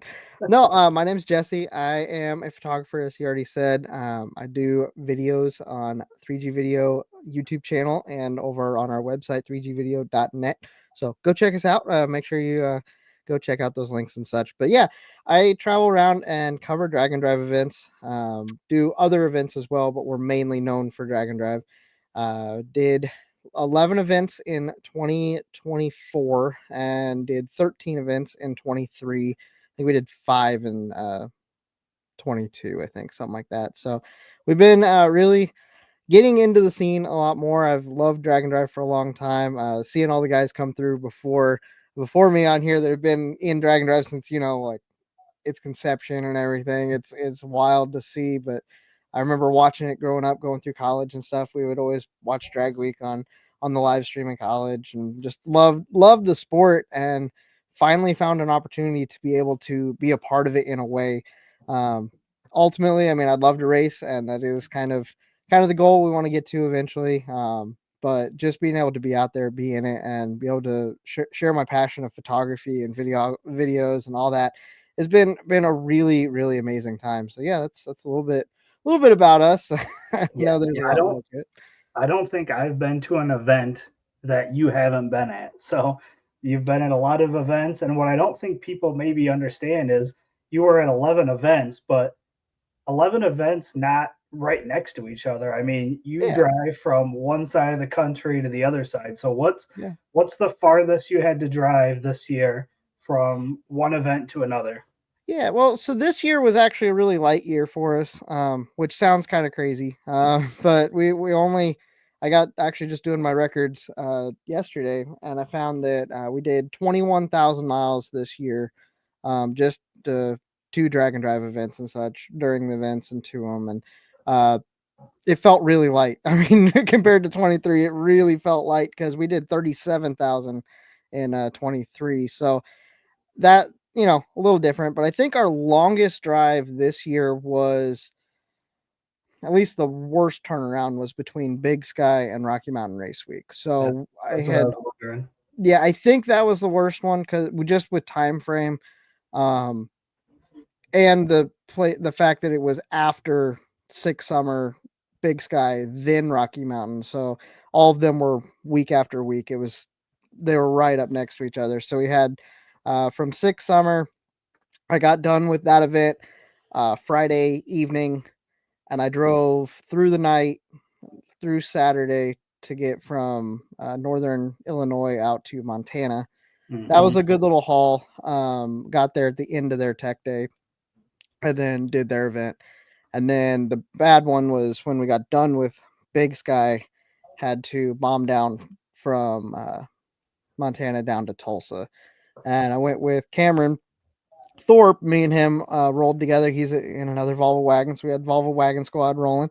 Yeah. And yeah, it got pretty bad. We got down because that was the one leg of the trip this entire year that we actually had some issues with Benny. So we were trying to sort some of that out. And then we were on the road for 18 hours and I started hallucinating and it got a little unsafe. So I ended up pulling off about an hour before Tulsa and got some sleep, and they went on, and then I met up with them in the morning. So I think that was probably our hardest trip throughout 2023 season. Yeah. And you've done stuff because you were at the Bonneville Salt Flats. Mm-hmm. You've done that. You had some crazy adventures on 666 or after 666 with storms. Yeah. You fixed Benny with a roll of duct tape. So listen, you got plenty of stories. So which one do you want to start with? Oh, dude. Oh, man. Well, we'll do the duct tape one because that was an interesting situation. So I decided that Benny was not enough power with the little 4-cylinder and turbo on it. So decided to swap a Mopar V8 into it last winter, and that's what we've been running on this winter or this season. So it was a good move. Got a 5-speed transmission behind it, got it all put in, and I knew the drive shaft angle was a little wonky. It has a 2-piece drive shaft, and it's got a carrier bearing that holds the front drive shaft so that it doesn't flop around. Well, in our haste to get it ready for SICK summer and going on, an 8,000-mile road trip because reasons,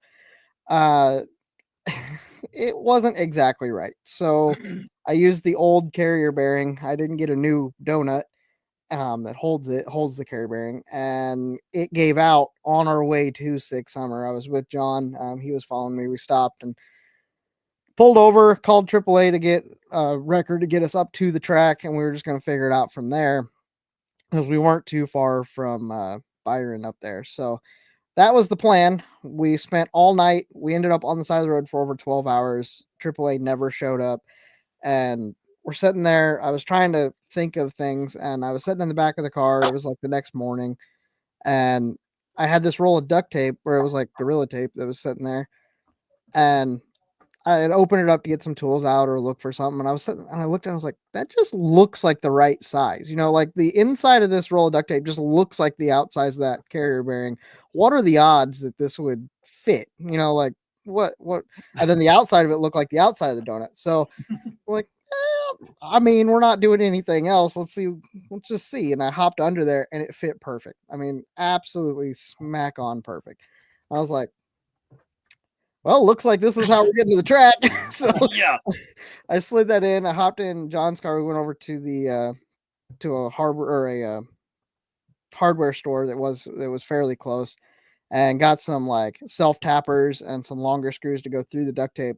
And took the carrier bearing was here, put the duct tape around the carrier bearing, and then ran some screws up in it on either side of the carrier bearing so it couldn't slide within the duct tape.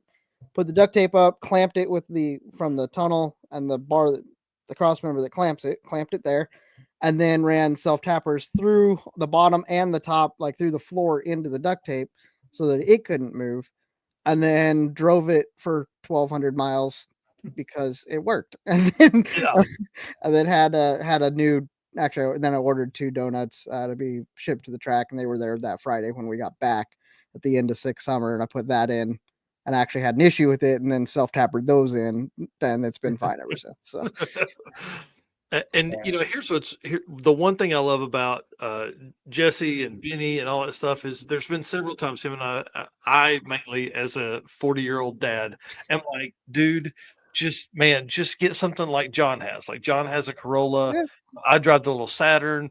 I'm like, but he's like, no, man, it's not cool. It's not cool. And I'll tell you, it's motivated me to get back, to start thinking about driving the old truck everywhere. Those Dude, you need to. camper shell on the back and just Brother. napping it. So, I love Benny. So cool, man. And how many miles did you drive last year? Have you already talked about this? Yeah, we mentioned it. This year was real light. We only did 21,000, so it was like 21,600. And that's light. Crazy. Yeah, it was real light. I mean, it was half the miles that we did. Well, almost half the miles that we did in 23. But 25 is going to look a little different, I think. So yeah, so let's jump into that. Yeah, 25.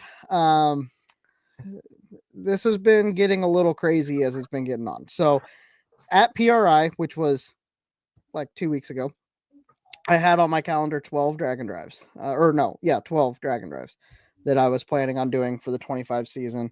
I was looking at all the schedule. I'm like, man, there's a lot of them that I'd like to go to, but they're overlapping. And it was just like, no, it's going to be another year like 23 was, where a lot of overlaps and I just can't make it everywhere because I can't be in two places at once. And then we got back and a lot of events started posting dates and they all just kind of fell right in place. So we're actually going to 17, which is a couple. You're my hero. So the only issue that I'm seeing with this season is in the 2023 season, it worked out perfect. It was a perfect storm because a lot of the events, like I would go out on a trip and then I would just hang out away and then go to the next event and just make a big loop, and it worked out great. I'd have like a week in between and just, it worked really good in 23. Well, this year I do have like a week in between every event, which is great. I mean, it gives me enough time to do whatever we need to do. Get caught up, get photos out, get, everything on the website and all that caught up. Problem is it's back and forth on the country this year. So there's no like one big trip. Well, there is one trip that I get to do that is all one trip and it's only 2 events, but it's a mega week down in Texas. And then we'll be going up to Big Sky and we got a week in between and then I'll be coming back. Other than that, it's basically just like, okay, go out to Oregon, come back to the Smokies, go back out to Northern Canada, so it's going to be a lot of miles this year. I haven't got the estimate totaled, but I know it's going to be over 50, probably close to 60,000 this year. That's crazy. I love it. There's one trip in there that you're really pushing me to ride with you. And I just don't know if I can. So, for the folks that have been paying attention, Drag Week ends on the 19th. Yep. Redwood Rally, literally Cannonball Run the other side of the country, is on the Tuesday or something like that. They're on the 22nd. Starts on Tuesday. Yeah, they're on the 22nd of the next week. So that's 3 days to make it from Maryland International Raceway all the way to Oregon, to Medford, Oregon for Redwood Rally. So no big deal. It's stories there. Yeah, no, I mean that's fine. It's 15 hour. It's 3 15-hour days of driving is what it kind of equals out to. Yeah, and gotta be 15-hour days. Like you've got to make that trip. You got to be able to get in there. Well, that's just 15 hours of driving. That's not including stops. So yeah. It's man. I don't know. I can't. I think I could leave if I flew home Saturday morning. I could get a couple days home and then fly out there for Tuesday. But that's really is fun. You could also be riding in a 1984 Volvo 240 without AC across the country. I mean, dude, let's talk about stories we're going to tell when we're 30 or when we're 80. That's not going to be flying home after Drag Week and flying to California is not going to be a story I tell. No, but you tell them, yo, I followed this idiot in a Volvo and we just bombed across the country. That's a good one, that's a pretty good one. I don't know, man. That's pretty exciting. Dude, you've done this for a good while now. What are some changes you've seen in the community? When did you start really kind of kicking off your drag and drive photography career? Yeah, so 21 was my first drag and drive that I ever actually attended, and that was Drag Week. I went there, and it was actually I wasn't really planning on it at the beginning of that year at all. I'd been planning on going to Power Tour. I'd done Power Tour a couple times, one in a vehicle that we're not. Yeah. Anyways, 1 in 1 vehicle, and then did Benny 2 years with that. And I got done with Power Tour, and Drag Week was like, there was a week in between, and then there was Drag Week that year, and I was like, well, videos did okay at Power Tour. I was like, okay, well, we're just gonna run out to Drag Week and see what happens, like let's see. And I wanted to go to had Rocky Mountain the next week after that, and I really wanted to go to that, but it wasn't feasible. I didn't make it. But going to a first Drag Week really caught the bug, and then it just kind of spiraled out of control from there. So the next year I went to 5 events, I think then 22. Really good time. It was fun. That was my first sick week. Sorry, that was first sick week. I've been to all the sick weeks. In total, I think it's like 31 Dragon Drives that I've been to in 3 years. That's awesome. Somewhere in that neighborhood. So yeah, bunches, and just about gonna put 150% of that up in a year. Yep. Darn right. You and I spend a lot of time together. We talk on the phone a lot too. One of the cool things I think that we've seen, or that I've seen, is I wasn't a professional at any of this stuff before Dragon Drive came around, and you were probably a great photographer and a professional at that point. But like, think of the businesses that have been built around Dragon Drive, specifically Dragon Drive. There's a lot of photographers that were drag racing photographers that are still drag race, but like, dude, like, you've built a whole business. 3G videos built around your experiences at drag and drive events. So it's pretty awesome.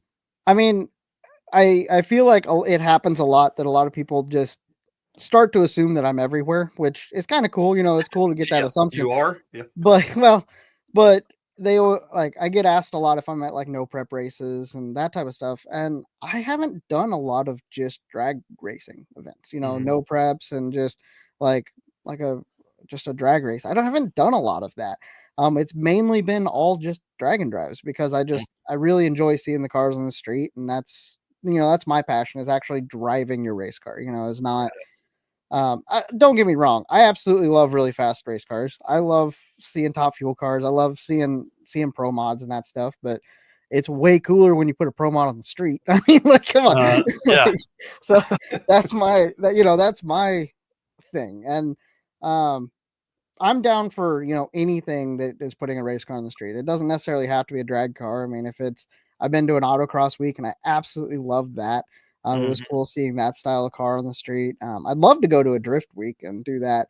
I know my normal audience, that's definitely not their forte and not something that they would necessarily be interested in, but I'm all about just any way to get a car on the street and actually get seat time and get to enjoy it, because there's a lot of times you'll get a race car. It's a dedicated race car. And like, how much seat time do you actually get in that car? I mean, you take it to a race on a couple weekends a year and okay, great. Okay, you drove that car maybe 10 hours. Yep.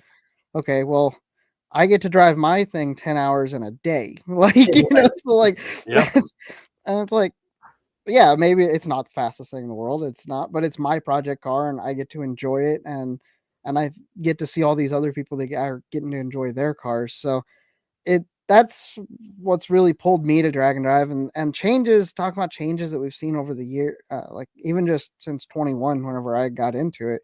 You're seeing people truly build cars specifically for it. It's not like, oh, this is my drag car that was street legal and I brought it to do this. It's like, no, these guys are very specifically building this car only for Dragon Drive. And I think that that's really cool to see that change. Another change that we've seen, and I've kind of noticed in particular, is from watching it, when I was younger, coming in and watching Drag Week. That was the only event. And when people showed up, they would do anything to finish Drag Week. Like it didn't matter. Like, you were going to finish if it took everything we had. So they would go the extra mile and do the engine swaps and do the like resurfacing of heads in the middle of the night, doing, crazy stuff, where we don't see that necessarily as much anymore, because when you think about it, okay, well, if we don't finish this event, we can get the car together and go to another event in 2 weeks. Like, yeah. So it's kind of, I think that there's something a little bit lost in that, but we've gained so much more with having more events because we get so much more to see. So it's just kind of a give and take. And I don't know. I don't think it's bad. It's just a progression. It's just the difference in the sport a little bit. Right. And I think as people, so if we went back and looked at, say, 2017, 2018, we looked at those racers that were there then, and we look at that core group of guys that are the guys and girls that are there now, like those folks are still doing that. Right. But maybe they've been following Drag and Drive since Drag Week 2010. Right. Yeah. So in the next 4 or 5 years, as these folks that have come in and are like me, I mean, dude, I still haven't finished a Drag and Drive. 3, 4 events I've raced in, still haven't finished one. But it was 4:00 on the last day, and we had a 4.5-hour drive with a working transmission. There's no way I was going to swap that trans in time and be able to make it to race week to end. Yeah. But if it was the only event, man, maybe I would have, just to pull in right at the last second, you know. Yeah. Or I would have thought, hey, when that overdrive went out, I better start looking for a transmission because the rest of the gears are going to go out at some point, and I need to. We'll be swapping this on the side of the road. Yeah. But at that point, I wasn't thinking about that because me, I was more content creation mentality then as well. But I think people will begin to look at stuff like, hey, I am going to take the time. I am going to bust my ass to come out here and finish this event because, dude, for a lot of folks, they're still only doing one event a year. Hang on, I'll tell you this number right here because this is because as many people as we talk about all the time. Hold on just a second. As many people as we talk all the time that do this, 2,799 people for 2024, 2,480 unique racers. Okay. Let's sorry. I'm pulling up how many people did one event in 2024. I think one thing that we also have to kind of take into contention here is the people that have done it a long time have their stuff figured out, right? So they're not necessarily breaking those big parts like they used to. So, I mean, there is that as well in that change. But and for 2024, 2,218 racers only did one national level event. Okay, so national. We talk about all the people, but there were still only 263 people that did multiple events. But think about that. Hold on. Sorry, that's not right. Sorry. I was going to say, I'm like, man, I feel like I see people all the time. 263 people did more than one national event in 2024. That's the biggest number ever. I mean, obviously we had more cars and more people than ever before, but you start thinking 2,200 people only did one event. Man, that's insane. It's wild. So as we move into 2025, we're really into a new decade of what these events were. So you had like the first 10 years, there was only one event, there was Drag Week. Then the next 10 years ends with 2024. And so we went from having literally one event to 2020 or 2015, we had 3 events. Yep. Now we have 37. We had 37 in 2024. We're already with dates and tracks announced at 30 events for 2025. So I don't know, man. I'm hoping. I love it. Everybody talks about saturation. We ain't even close. We're not even close. There's so many tracks and so many racers available for this stuff. You guys, man, I can't wait. Dude, I've got some wild ideas of where like some Drag and Drive should be at some point, but I don't know if it'll ever happen because it's just like it feels like there's these areas, even though we have Drag and Drives everywhere, it feels like they're everywhere. There's still areas and pockets, and it's like we haven't had a Drag and Drive here. Why? Why hasn't there been one here? So it's like it'll be interesting to see over the next 10 years how this can go. Yeah, I agree 100%. All right. We've got to move on. We've got to bring on the Gearhead Perspective podcast guys and Uncle Stoney. We're going to bring them on next. Dude, tell everybody where they can find you. Tell them the website. Tell them the Instagram, YouTube, Facebook, all that kind of stuff. Yeah, so it's at 3G Video on all of it. Go check us out. YouTube 3G Video. You can just search 3G Video. 3gvideo.net for the website. We got merch over there if you want to pick up shirts, hats, all that stuff. Whatever. And if you own a business out there and you want to partner with us, we got a partnership thing. There's a link at our on our website. So go check us out. We're definitely open to working with people, and we love this sport, man. So thanks for having me on. And are we gonna have like a big thing at the end or something like that? Or yeah, I mean, you're more than welcome to hang out. I think after we get through, so we have Gearhead Perspective, who's a great podcast, and then we also have Fast Act Racing, and then we're just probably going to open it up. awesome. I mean, I don't have anything else going on tonight. I don't know what Eric's got going on tonight, but we're at 2 hours and 47 minutes right now. So There you go. everybody, hit the share button. Let's get into this second half of the show. Yeah, so I'll just hang out over here, and I'll look Cool. forward to getting on with everybody. Awesome. All right, Jesse. Thanks, dude. Thanks, guys.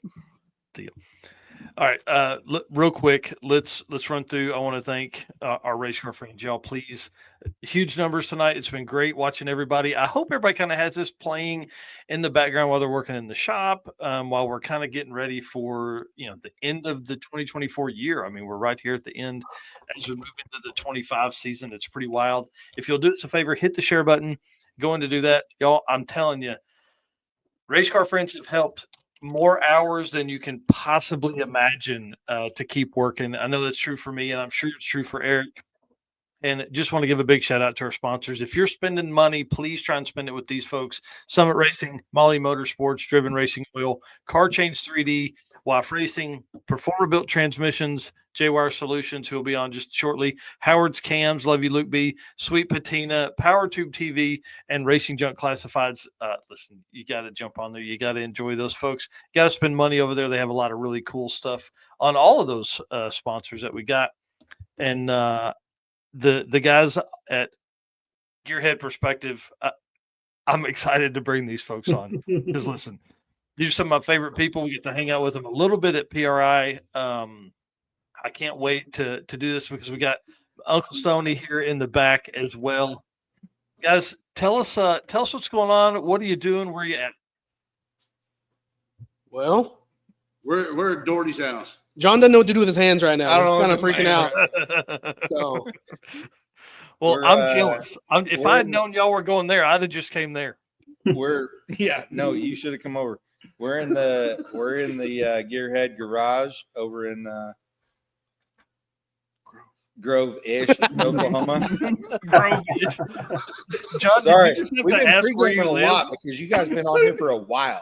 Like you started way earlier than us. I know. I messaged Fro earlier and I was like, "Hey, just keep drinking. We'll bring you guys on in a little bit." He was like, "No problem." No, we super got it handled. Well, all right. Give us the rundown of who's in the room. What's going on? Who's in the room? well, we brought a special guest tonight. Yeah. I know. I can't wait. I love him. He's like my big brother. And guess who? I know. We brought me, John the Gearhead, Fro over here. We brought Uncle Stoney, hanging out in the shop tonight. Well, I'm excited about you living back in Grove because you lived in St. Louis for a while and now you're back, and this is awesome. Yeah, no, it's super exciting to be back in town, surrounded by super good gearheads. Bucket list mob jumping in there. I know it, dude. I love those guys too. I was messaging Mike earlier and was like, "Hey, man," he was like, "I don't know if I can or not. Maybe." So for everybody that doesn't know, that hasn't paid attention to the stories I've told in forever, but Jonathan is the reason I'm involved in this at all. Starting way back, I'm telling you, this is $70,000 worth of money raised for the children's shelter time ago. This is 11 or 12 years ago. Jonathan allowed me to print shitty T-shirts and sell it in a streetcar shootout that he did. And I still wear mine. Dude, I can't fit in mine anymore. But I would wear it if I could, but I can't. And then so that created a friendship and a bond that came. I mean, he's my big brother. He's one of the coolest dudes I know. But he is the reason I do this. He is the reason I did Race Week. He's the reason all the kind of stuff that came about from this. So big thanks to him. It only took me 3 years to get you in the car on Race Week. So yeah, right. What's funny is, like, if you think about it, if Drag Week hadn't canceled, how much longer would it have taken me? Yeah, I don't know. It changed everybody's lives for sure. Yeah. Bill, what year was it that we went to? We saw the Crown Vic. Yeah, we went to Race Week, and we were sitting there going, "Man, these cars are running like 13.0s, and this is the most exciting thing we've seen since forever." We both had aspirations of running 13.0s. Yeah, he took the Crown Vic, and the first time was in 20, and then again in 21. So really, yeah. Okay, yeah. So it was one of those years. It was one of those years for sure. And then it actually would have completed 20 with if I hadn't broke, but then 21 it broke itself. So that's fine. Yeah, and it hasn't been on the road since 21, since Race Week 21. And Steven and I stabbed the transmission in it last night, and the torque converter was wrong, so pulled it back out. Another year off the road. Damn it! It's going to take a year to do that deal. Well, hey, listen, we got to work on the old truck to get it ready for the circuit. Yeah, we've been waiting on an update on that. Yeah, so him and I leaned against it last night. Does that help? So have you guys told everybody the plan on that yet? Is that public knowledge, or is that on which one? On the truck. Oh, the truck. So it'll go to my brother's house, Stephen Narks Lipton Customs. It'll go to his house and get the drive shaft and make sure the stuff is all right, and then he's going to drive it because I'm a shitty driver. on the circuit. On the circuit, yeah. And then after that, my plan is to daily it. So even though I don't go anywhere now, but I do intend to drive it across, all over the country. So yeah, I'm excited to have it back and about. Enough about me. We talked about me. I feel like, sorry. Let's talk about you guys. What you've raced, what your project cars are. We don't want to get into Stoney's project cars, like his number one project car, maybe, but he's got a long list of stuff that's over there. So tell us what's going on. What y'all did in 24. Fro's car got painted. Yeah, it's got lace on it now. Super, not a drag and drive car. No, but I am looking forward to debuting it at the circuit. Yeah, it's going to be the circuit road trip. Yes, maybe feature car. I don't know. I think that would be a good deal for it. Don't go that far. Everybody follow that guy. He's our leader. He barely knows where he's at, let alone where he's going. Hey, I think we all agree we're not into lace, but that's pretty sexy. Yeah. Oh, Turned yeah. out, If one of us was going to look good in lace, it was going to be Fro. Jungle Fro pulling out the lace. Yeah. So, hey, speaking of Jungle Fro, Narks, what's up? You joining him this year or what?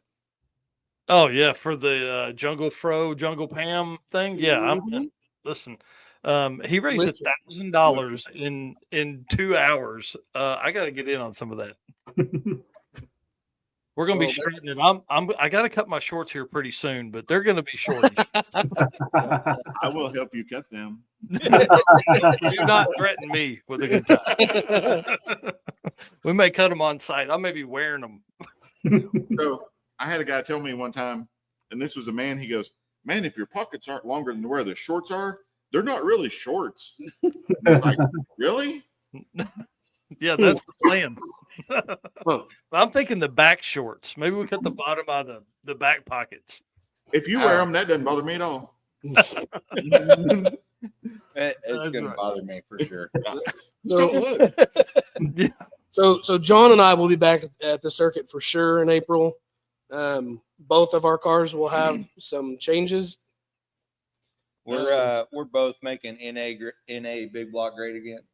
Yeah. I think I'm going to run in a big block too, just because I can hang out with these guys. You got a whole shop full of NA big block guys over here. Well, hold on. To be clear, I am going to have a big block in the wagon, and I am going to run in a big block at the circuit. Yes. Unless I line up next to John, because my car is being built for nitrous. Okay? I thought that's what NA meant. Nitrous assist. Yeah. No. So what's going to happen is I'm telling you guys right now, if we line up next to each other, I'm spraying it. And then I'll say, okay, guys, I accidentally sprayed it. I'll go make another pass. So I just got to make sure he don't make any passes without me in the lane next to him. Crap. And we'll be fine. Perfect. That's awesome. Yeah, but if you're racing him, how am I going to race you? Yeah. Oh crap! We didn't even think this through. Well, tell us what the cars are. What are your project cars? What are you bringing to the circuit? That's the best question. Mine's an 82 Malibu wagon. I had it on the circuit last year with a super budget small block with 100 shot, which turned out the bottle was empty day one even. So it did go PB. I went 750 at Ozark, which for a junk small block and a little shot, I didn't think it was that bad. That's what it is. It sat in a field in Kansas for 17 years. I traded a rifle for it, and then worked on it for the next year and a half, 2 years. It changed a lot in that time. And now we're just working on making it faster. So what color is that? What do they call it? What do you call that? I call it root beer. Man, it's like some people call it root beer. It's actually a Honda color, believe it or not. I tried to have the factory That's color. why it's so fast. Yeah. I had the original paint, the best piece of the car I could get scanned, and that's the color it came up with. I actually think it's called amber brown is the name of the color. So, but it's a cool color. It's maroon with a little bit of pearl and a little bit of metallic in it, but it's I like it. It changes colors. It looks completely different in the daylight when there's sun on it, as opposed to when it's in the shade or anything. It's completely. I'm not going to say it flops, but it's a different color. I was going to show everybody, but you don't have any pictures of it on your Facebook, so you're not. Oh man, yeah. What a loser! Surely there's some on the Gearhead page though. Yeah, that's where I'm looking at now. Those are not any. Yeah, not on your personal page, but there is on the Gearhead page. I'm pulling it up. Wait. Yeah. Oh yeah. Yes. Look at that. See, it looks really dark. It looks very dark right there, but with the sun, it's kind of overcast that day. But with sunlight on it, it's a very bright color. Hey, I know that guy. I don't even know what we're gonna see here as we move through these photos, but no, it's fine. I'm liking it. Yeah. Okay. Yeah, love the car. One of the best drag and drive cars that's out there because it's obviously big block are going to be big block and long roof wagon. So kind of cool. And then John, what do you drive? I got the 74 Nova. We affectionately refer to as my concho. Yep. Kind of nasty. Yeah. Yeah. Hang on. I'm pulling it up now. The this is fun. Wait, which? Oh, the car. The car. Yeah. Okay. Do not search my concho. Oh yeah, there's my concho. Look how beautiful it is. So I don't know if you guys know this, but I love cars that are different colors and make the sounds that yours makes. Mine's all the it's colors amazing. and makes all the sounds. Dude, tell us the story of you on the side of the road around the corner from Buc-ee's. Where were we? Were we at Rocky Mountain? Was that 1.0? So I think you're talking about Rocky Mountain when I ate the air cleaner stud. Yeah. Yeah, we were. So there we were. We had a really good day one, and then we camped and we drove all the way to Texas. And we're like, we're almost to the first checkpoint. We're an hour from end of the drive, getting ready to have a victory swim. Oh man, I told Jonathan, I looked over, my son was my co-pilot, not Fro, because I pointed at him, but it wasn't him for sure. He's old AF. But I looked over and I'm like, man, we're going to get to the track. We're going to set up our stuff. We're going to go to the pool. It's going to be awesome. We're going to find whatever public pool we can go just swim in that deal. Mm-hmm. And less than 5 minutes later, we pull up to a stop sign, and it sounded like somebody threw a handful of change down the intake. And we pulled over, and like 8 hours later, we had both heads off, both heads back on, replaced two valves. It's better than that. You took the head off, fixed it, put it all back together, then had to take it apart again. Yeah. No, we did it twice. You're not pro unless you do it twice that day. Just for good measure. Yeah. But it was, and then we totally overheated the transmission middle of the night. It was great. We changed transmission fluid every day from there on out and ran better every day from there on out. So it was a good time. And it's still, and it hasn't been touched since. No, It's fine.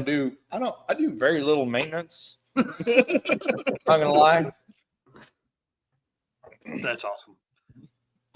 Fro, I'm going to bring up a picture of your car because this car has a cool story. And tell us a little bit about your car, sir. Why everybody calls you Fro instead of Larry? So my car is a 65 Ford Fairlane. It belonged to my grandpa. It belonged to my mom, and now it is mine.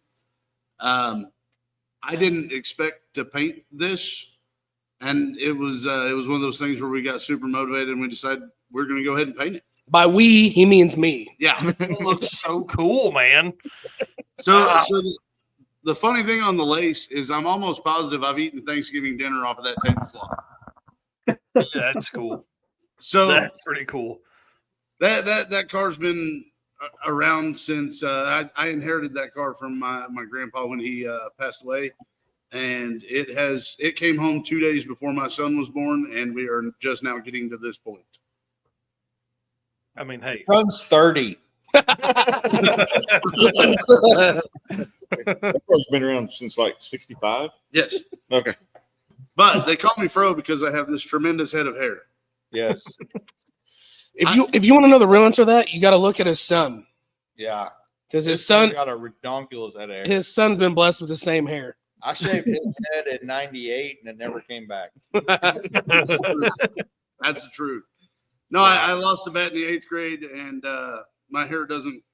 They bet me that I couldn't make it the entire school year without cutting my hair.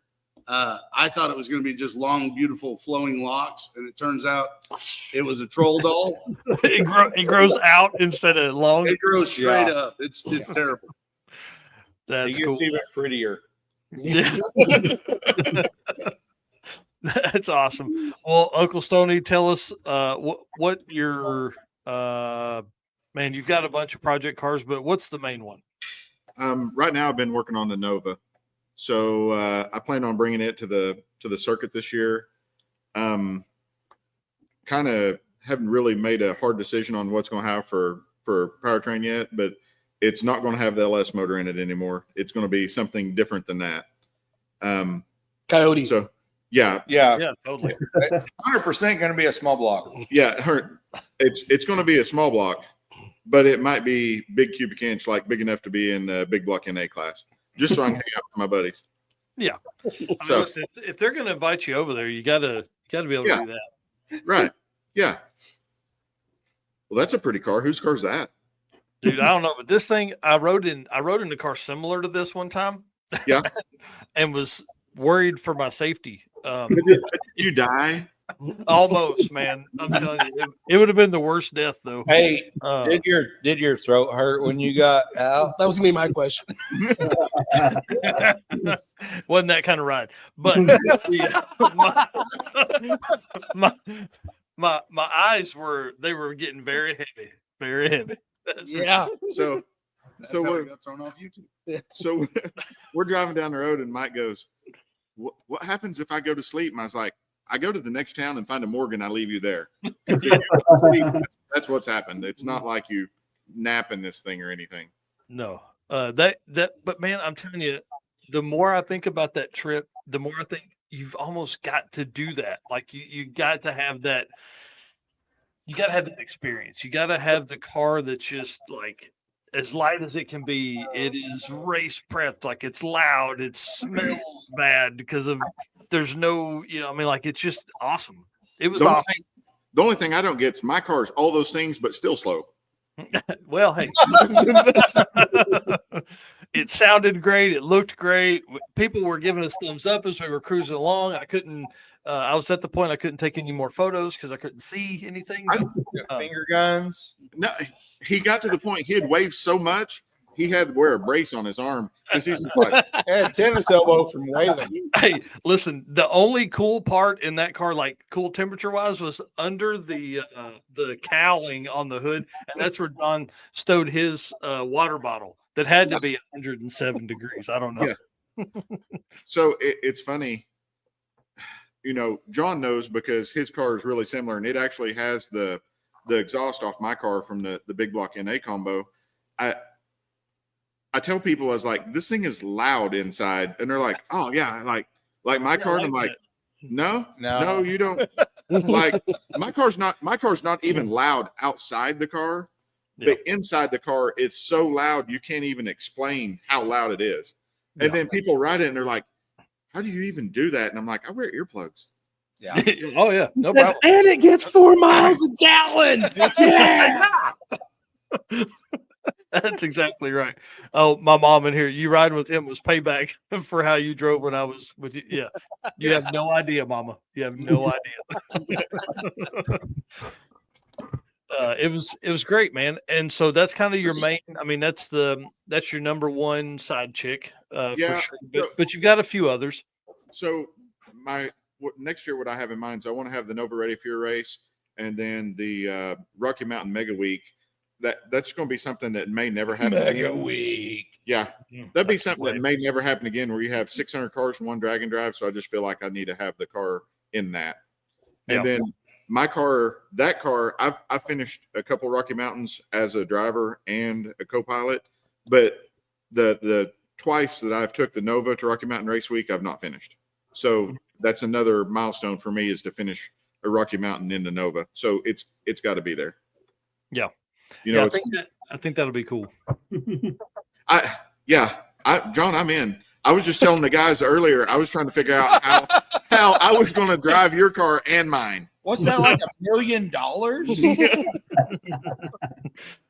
Well, and that's one thing you've said forever. Anytime we've ever talked, you're like, I don't care what it is. I'll put any motor in this car. I don't care. People don't understand how little I care about what the powertrain is. I just want to go fast. And maybe win.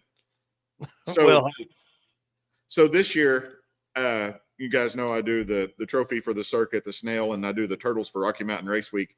This year, I actually won a turtle at Rocky Mountain, and it really wasn't as great as what I thought it was going to be.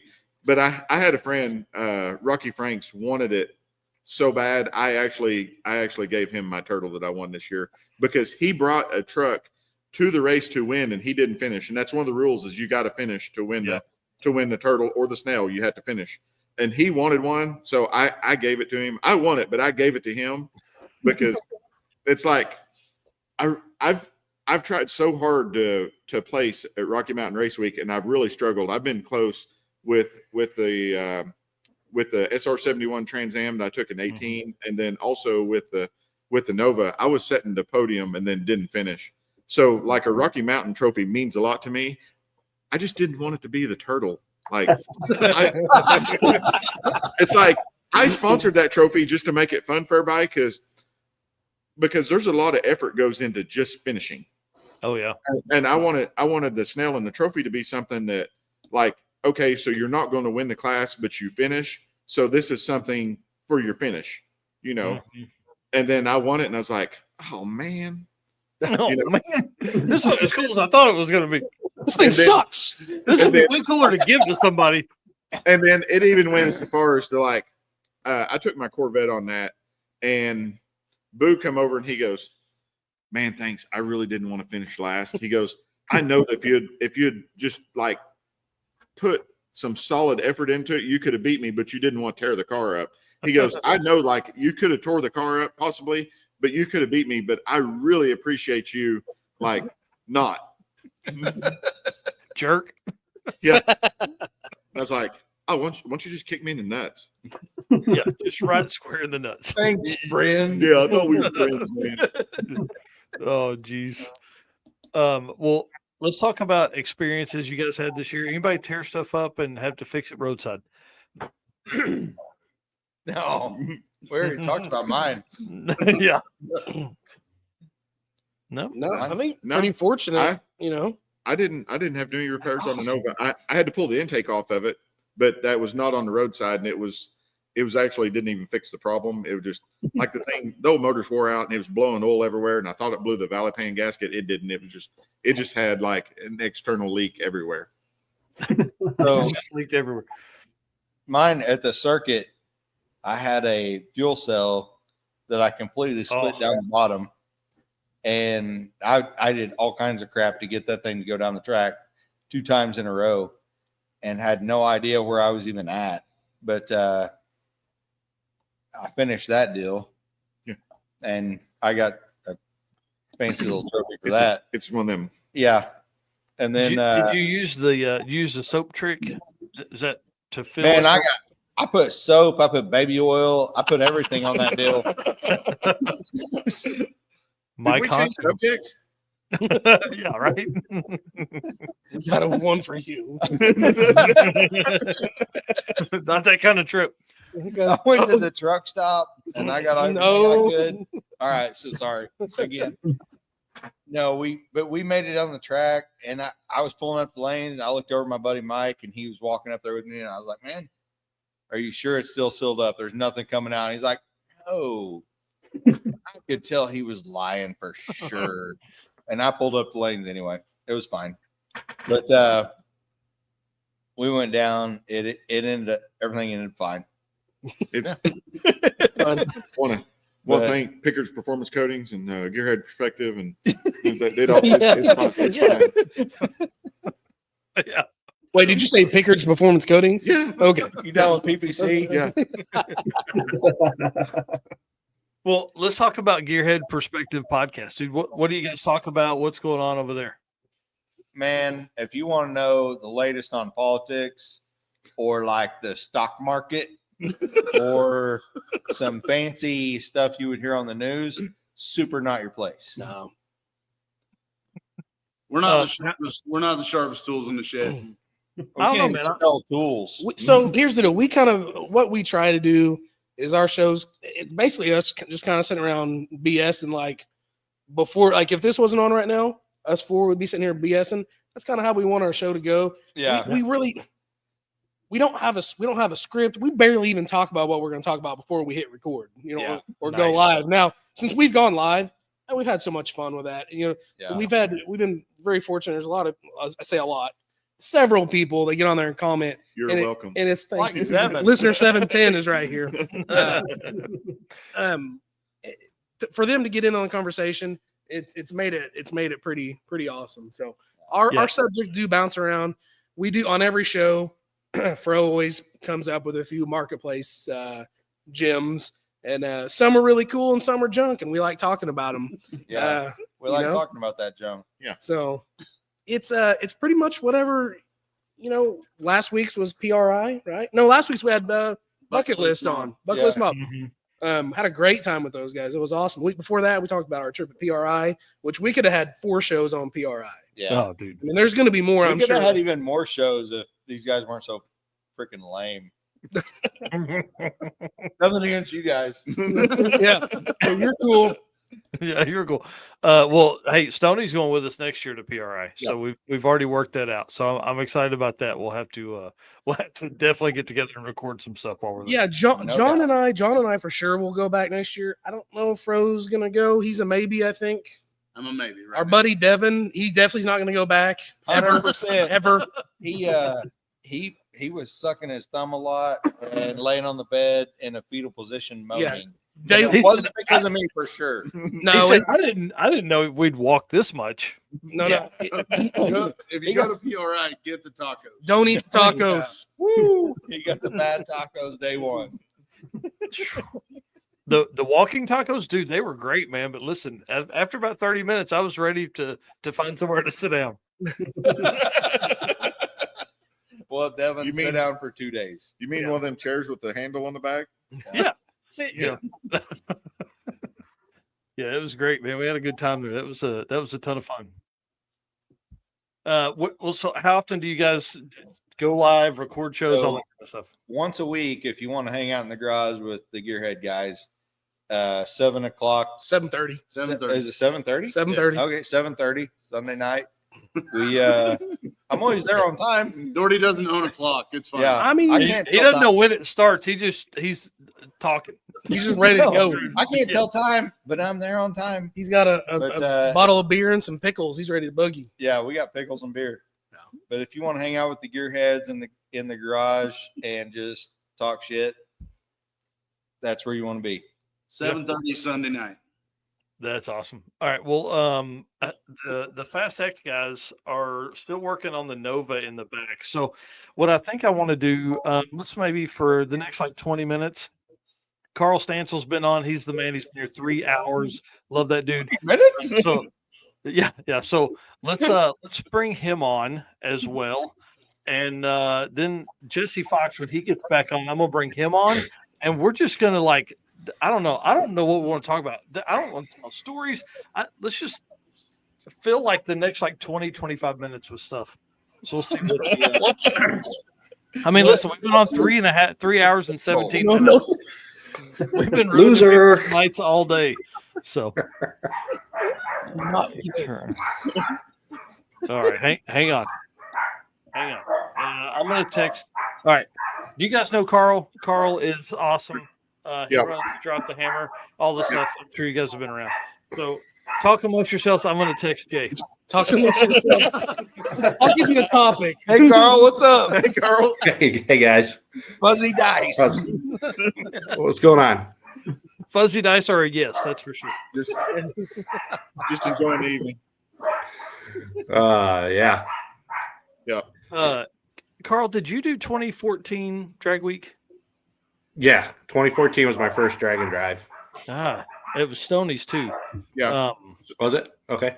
Man, So- there's something that happened there that's really cool. I just don't know what it is yet, but we're gonna figure it out. Well, I mean, it was the birthplace of Rocky Mountain Race Week to start with, but yeah. And then I remember, Carl, you had the Blazer that year, didn't you? Yeah. Yep. Yeah. I remember walking by and looking at your Blazer, and I didn't know till I walked over that there was a divider in it to divide the back from the driver's compartment. Oh yeah. Yep. For Yeah. the fuel cell and everything. Yeah. Yes. I when I walked over, I was like, man, that thing is awesome. So I have no idea. He's laughing at me. He's off. No, so sorry. And it was Pro Charge Big Block at that point, wasn't it? Actually, that's not the one. Okay. That was a later version, the round body. I got Okay. the square body. Yeah. I thought that one's Pro Charged also. The square No, body. it was twin turbo. Okay. All right. Twin turbo LS. Okay. Man, for some reason, Come on, man. Come on. I could have swore that thing's Pro Charged Big Block, the Supposed to square know one, but these things. okay. No, that was that round body one. Okay. That was a pickup truck that they did Okay. did that too. The 2014 Drag Week was the one at Tulsa, right? Yes. Yeah. So I went back through my Facebook pictures at one time, and like I'd taken like 8 pictures over there. And I think Carl's Carl's Blazer was one of the pictures I had taken. Yeah, you had sent me one picture of it at one time when you would. Man, that's so crazy. That's so crazy. Me and a guy named Brian Lawson skipped work, called into work at JB Hunt. I worked at JB Hunt then, and drove over for the day. I was like, "Yeah, I got to do this." Then, it was another 6 years before I started. That's what I did. I skipped work. I just kept calling in every day. Yeah. I still got diarrhea. That choking's about right. Just can't. I got gasoline poisoning. Yeah, right. You probably did. I'm gonna bring Jesse Fox on too because he has great stories from early days of drag and drive as well. Oh, and hang on, I'm gonna bring on Brian and Jay. So for what you guys don't know is Brian and Jay have been backstage working on the Nova, the 850 class killer Nova, for hours while we've been on. And Jay or Brian will message me and go, "Hey, whenever you want us, just text us. We're just working. Hi. No big deal." Hey guys. So yeah, lots of folks on here. So listen, let's run like the next, I don't know, 15, 20, 30 minutes till we get into some really good stories. I'm going to cap it at 4 hours total though. 38 minutes. Let's go. 30 minutes. We got a lot to say. I mean, well, and that's what happens. So like the cool thing about the group that's here right now is like there's a lot of folks that have a lot of history within Drag and Drive and just car stuff in general. So I mean, who knows what we're going to end up in. So, but I would love for Jay and Brian to kind of introduce themselves, talk about the Nova real quick, and then that'll kind of set us off on a long story. Who's talking shit? Yeah, Ryan Harget's talking shit. We're supposed to be talking about the car. Yeah. Go, Jay. You're first. All right. So my name is Jay Blanchard. I own JWire Solutions, one of the sponsors of Drag Drive Repeat. I do a lot of work on this car. You can't see an intake. There's a reason for that. Like, I sent Mike a picture of the car's kind of in pieces. But that's kind of in pieces. So tell us, holy shit, there's not an oil pan on there either. Dude, y'all know we know you have like 3.5 weeks till sick week, right? Yeah. Something like that. That's actually a mock-up block. That's a mock-up block. We're doing some. Oh God! Holy shuckles in Missouri. Man, that's scary. Yeah, I'm still waiting on pistons on the engine that goes back in it. How would you like to be that? No, I'm scared. Yeah. Yeah. So hopefully that all works out, but we always have a plan B. Yeah. So I have a question for Jay. Yeah, there's the picture from Mike. That's from 10 minutes ago, fellas. Yeah. Bro. Yeah, there's no crankshaft in that. I mean, if you saw the bottom side of that engine, it's actually a windowed LC9 block. It's a Capizzi special from like his SBE days. Like, I think that block's actually been like 460s in the 8th. I think. Wow. Not in this car. Not in this car, but that block has been like 460s or something like that. But I think I can stick my thumb through a hole in both sides of the oil pan area. Yeah, with the skirt. Yeah, 5 and 6. Yep. All right, Stoney, what's the question? If you were going to sing karaoke, what would you sing? Okay, not the song you sung. Yeah, that song was like that still gives me nightmares. Well, that was like the most difficult song, like on the karaoke top 5 list of hard songs to sing. Yeah, that's why I picked it. Hey, I'll give you credit for getting up there, but that's it. Nothing Hey, more. I know. He did it, and we got to now. Yeah. So, Yeah. Ooh.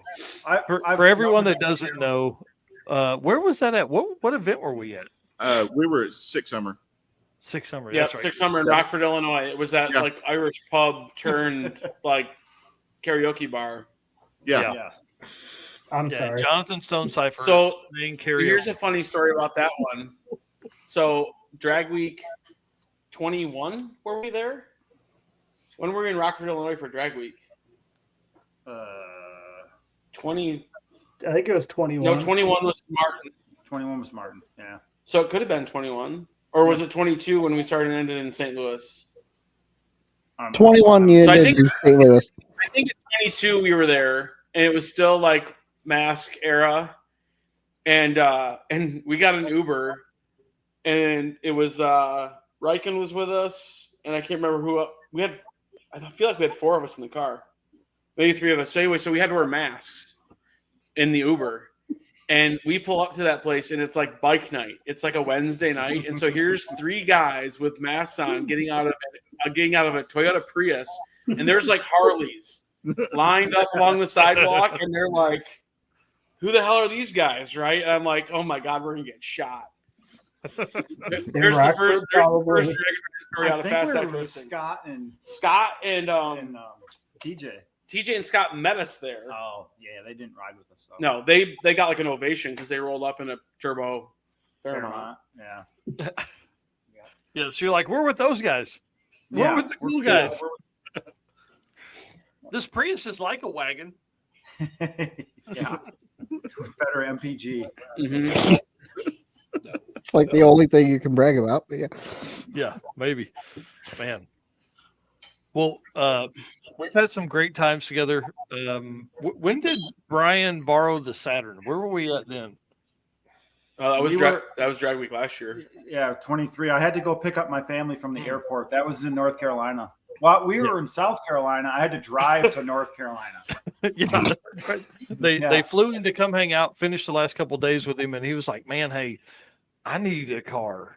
They're stuck." So my kid Kyle tried to book an Uber 4 times from Charlotte to what was the town we were at in South Carolina? Asheville or something. No, it was like an hour, and they accepted the drive, and it was like $100.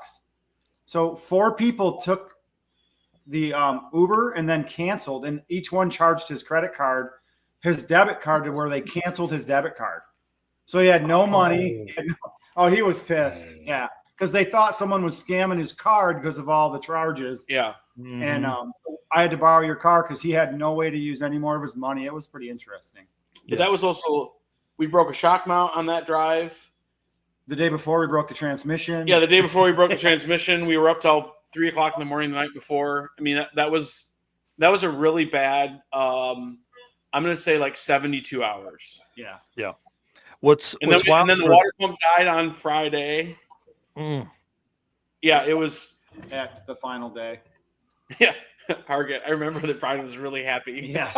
But what got me through that drive was Michael Nark's Saturn has a Bluetooth speaker up by the speedometer. That's like from Walmart that you can link your phone to, and that got me through the drive. And it just blasts right at your face. Yes. I didn't know how fast I was going, but I was listening to some great music. Yeah. So I how appreciate much that. gas is in the tank or what the temp's at, but hey, listen, that little Saturn's all over the country. You can't see any gauges, but you're Yeah. rocking Well, that's out. because the lights on the dash don't work. But hey, Okay. I know what it sounds like at 87, so it's fine. All right. Sounds like you need a wiring guy if your lights don't work. But Not on that car. You know one? Hey, beggars couldn't be choosy. I appreciated it. Yeah, hey, it worked. It was a lot of fun. The transmission story is interesting because you guys were doing really, really well in the 850 class and the street race small block power outer class. We go into Bristol, you turn in like an 1160 something or something like that, and then pull back to the pits. Something's wrong, and then Paul Powell ends up helping you rebuild it right there in the pits. It was pretty cool. Remember that? We knew the night before driving to Bristol. We were in denial for like the first half of the drive. And then I tried to come up with every single excuse possible. And I'm like, well, we are going up in elevation, Brian. He's like, that's not going to be 30 degrees difference in trans temperature. Maybe we have an axle bearing going bad on the transmission or on the trailer, Brian. Well, we'll check that the next time. Maybe the fan's plugged, Brian. We'll check that the next time we switched stop. the cooler fan. We tried everything until we finally came to grips that the trans was going bad. And then when we let go of the trans brake on that day at Bristol, it basically revved to the moon. And I, revved it down to that 11-second off and on the gas. It was pissed off. Yeah. Yep. So, Paul, Keith Turk introduced me to him. I didn't know him, and he was a land speed racer, which some of you guys know I did that. So that was kind of a way to get us connected, and some local guys got us some parts. Yeah, I remember that there was a wholesale shop. Yeah, I can't remember the name of it either. Right there in Bristol. He's got a Colorado, like a dark blue Colorado, like a single turbo LS that he does drag and drive stuff with. And he's like, well, hell, my shop's just up the road. He's like, we don't sell to the public, but I can get you in the back entrance and somebody will help you out with parts. Yeah, I literally went into their shipping receiving area and they sold me the parts at a back shipping dock. And it was pretty wild. And the guys that drove us there had been following us for a couple days. They're really interested in drag and drive stuff. They're from Mark White, and I don't remember. Mark White and Jeff Wilson. So I've actually done wiring work for Jeff on a customer's car, and then they've got a twin turbo wagon they're building. Maybe I shouldn't be talking about that, but I'm supposed to be wiring that in the spring. How cool. It's a rowdy. It's got mirror image turbos and stuff on it, and air to water intercooled. And they're like, we're going to bomb around with 4 of us in this thing. We want to go 850s. They're like, this is the coolest shit ever, So It is. And the Nova back Yeah, there we is know that. one of the coolest cars out there, especially 850 stuff. So let's talk about that, dude. Because like 850 cars are, I mean, that's my jam. I love that stuff. But like, what prevents you from wanting to go faster? Do you not want to cut the car up? Are you like, man, this is where I want to? Like, you guys are so competitive with that, and you can't go any faster because you're cage limited.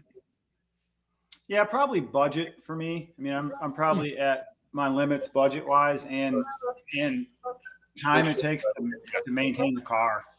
Yeah, you know, Jay and I put a ton of time off the racing, that just to keep the car serviced, keep it competitive. It's a lot of work, and I would assume a faster car is only more. So I mean, Mike, I literally hung my welding helmet up like 14 minutes ago, and I got here at 6. Yeah, and I've been going since. Yep. Yeah.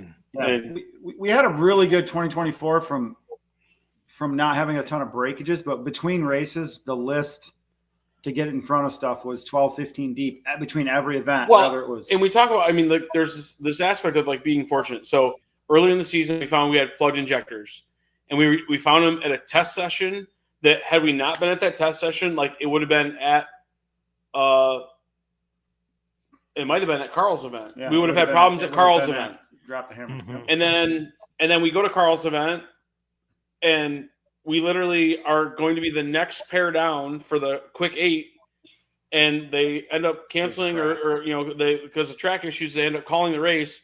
Brian goes to start his car, and it sounds like all hell has come loose, and the flex plate has literally broken free. You guys have seen pictures if you follow our Facebook page. The center 6 bolts have broken free from the flex plate.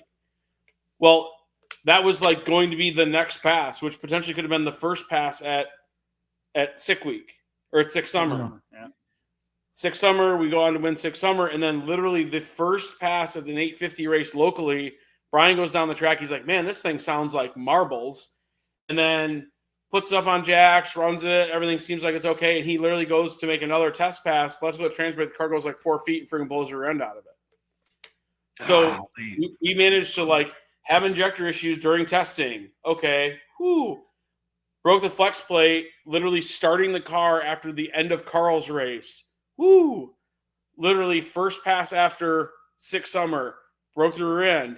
Woo. Like we had this, series of things, and when it broke the rear end, it actually broke the input shaft in the transmission, and we didn't find out about that till 4 days before to put it all back together and had the Yeah, I literally pushed this thing outside just to keep the fumes out of the shop. Grab Christy. Hey, let's go for a test drive. She gets in. I put it in reverse. Nothing.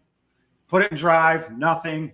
I'm like, well, rev it up to see if it's like a pump issue. Like rah rah rah, and it's nothing. Like 45 minutes. I had the trans out. I was kind of grumpy, thinking that I had it all set. But so that was one of my record trans pulls. But yep, and got an input shaft, and we made it. But yeah, it's just we've dodged some bullets. But I also think you got to keep up on these cars if you're going to stay in the top 5 of that class. You can't get complacent, and because we've had so many things happen the first couple of years. We've had fuel cells crack. We've had transmissions blow up. So we're trying to we kind of had like a run of like just iffy or like I'll say suspect transmission stuff. And when we got stuff back together, it was just always kind of like, oh, cool. Like the trans is back together and everything's okay. Well, I mean, when Paul took the transmission apart, he's like, oh, this seal's torn.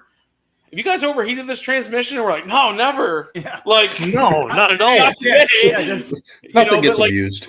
Literally, like that seal is like it's a direct result of like overheating the transmission and stuff. And so we probably, shouldn't go 3 seasons on a trans. We should go 2. And and Capizzi helps us out with transmission stuff. And so, I mean, Brian can have the trans out in 45 minutes, and literally John's like an hour and 25 minutes from here. So, I mean, we have local people. It's not like we've got to drive 10 hours or put a transmission in a crate to go have it worked on or anything like that. We have like local sources to help us with that stuff. So, well, you guys killed it in 2024. I mean, 4 850 events you guys won that I know of, and maybe more. I don't know. What's the plans for 2025? Probably really similar to 2024. We have the same. We want to try to go for championship again, so we need 3 events. So we're probably going to do the 2 sick events and then drag week. Drag week is just one that I really want to win, so we'll probably always chase that one. And then we're doing the circuit. You finished second. You finished second at drag week this year. We did, yeah. We've been second twice. Yeah, we've been second twice. We finished second in 22 and then this year. And I forgot what I was going to say about. Lost my train of thought. You're talking about the circuit and. Yeah, so we're going to do drop the hammer. So that's about all the vacation time I have. So, I'll give you a little teaser. So my son Kyle, who Carl of course knows him, and I know you know him, Mike, but he has bought a drag and drive car, and I'm not going to review what it is yet, but he's going to try to do Carl's drop the hammer race. But for like $1 million, I'll tell you what it is. So it's a cool setup. It's a project that was about 75% done, and we're hoping that we can have it ready and do some testing and have it ready for drop the hammer. Be like not an 850 type car, probably in the 10s or 10s or 11s. We're not sure because we got to get out and test, but so yeah, I'm excited about that. That's something we've been working on over the winter too, and so we'll debut that. Did I see his Mustang was for sale, the 4i, the other day? Yeah, so we drove to Missouri to buy that car, like 11 hours over by I forget the town. We met the guy part way, but we drove 10, 11 hours to pick that up from someone who I've bought a car from in the past, and we had it like a month, and this other project came and kind of fell into our lap. That's way cooler. That's all I can say. So cool. We did an about face. We parted out the Mustang, sold the motor, sold the trans. He's down to just selling the roller, and then just to kind of help offset the new project. So I'm excited. I like where Ryan's going here. Yeah. So it's horrible. It's gold bar swap it. I mean, not going to be Cardi swapped, but so Kyle's project. Hopefully we'll get out there in June and do some testing, and he's excited. The vehicle was intended for drag and drive, so it was kind of already down that path with a hitch and some spare parts and road tires. It came with a lot of drag and drive, friendly stuff. It was intended for that. So, that's all I'm going to say for now. I'll let Kyle reveal it, but yeah, it's cool. It's a cool project, and it's out right now getting some cage work, and hopefully it'll be back soon, and we'll tidy up the drive line and stuff like that. So, yeah. That's awesome. Yeah. Eric and I keep trying to push him to let's start in this 10.0 SME 10.0 index, kind of run there with Rocky Mountain. I'd love for him to be able to do Mega Week, but I don't think the car will be ready by then. Just Mega Week. Yeah. Yeah. Right.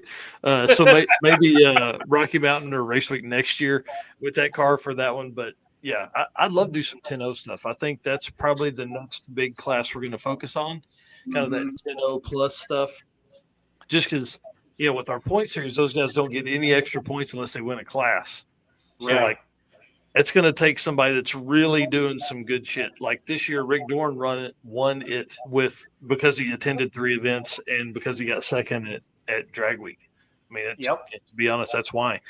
I don't know anybody else that's working on a pickup truck right now either. But.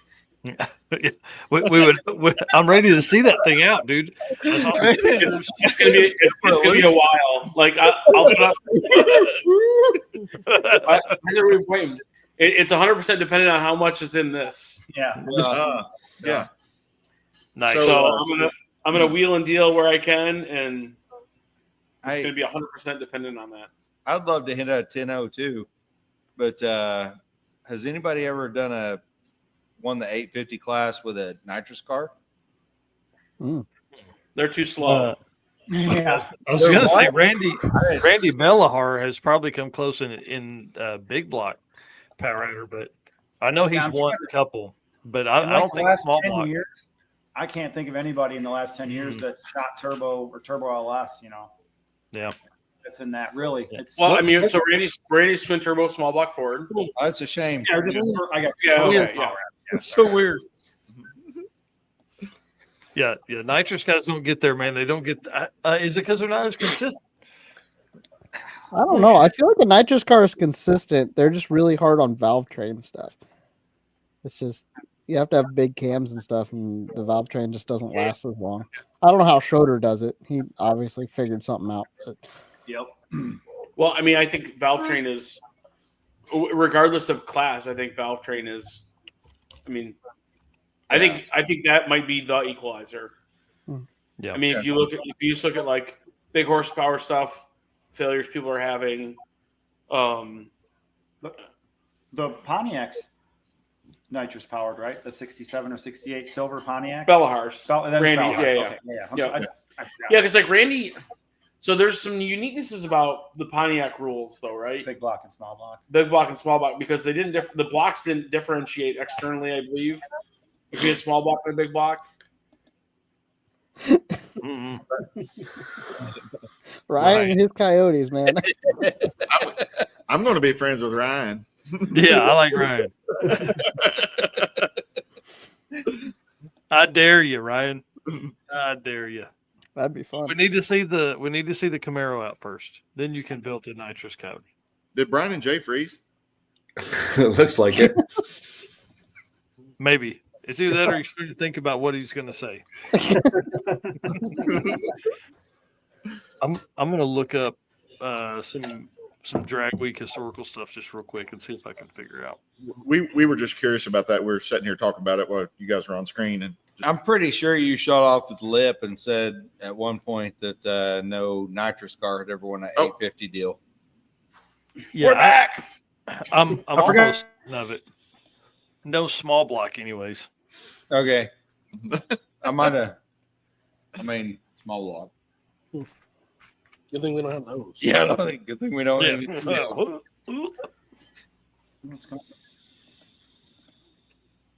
Sorry. You're good. Sorry, we didn't mean to make a lull in the. Well, sing a song, bro. Got a quartet up there. Is that what's going on? Not a singer. Me. Very much a dancer in circuit, but not a singer. Anybody know John Wishman? And 95 No. Ford Mustang? No. John Wishman's. Yeah, he does Rocky Mountain and stuff. He's actually an engine builder too, I believe. And then he brought a 55, and he's brought several different cars. Well, this so in 2012, he won street race small block power adder with a 95 Mustang. But listen to this. This is crazy.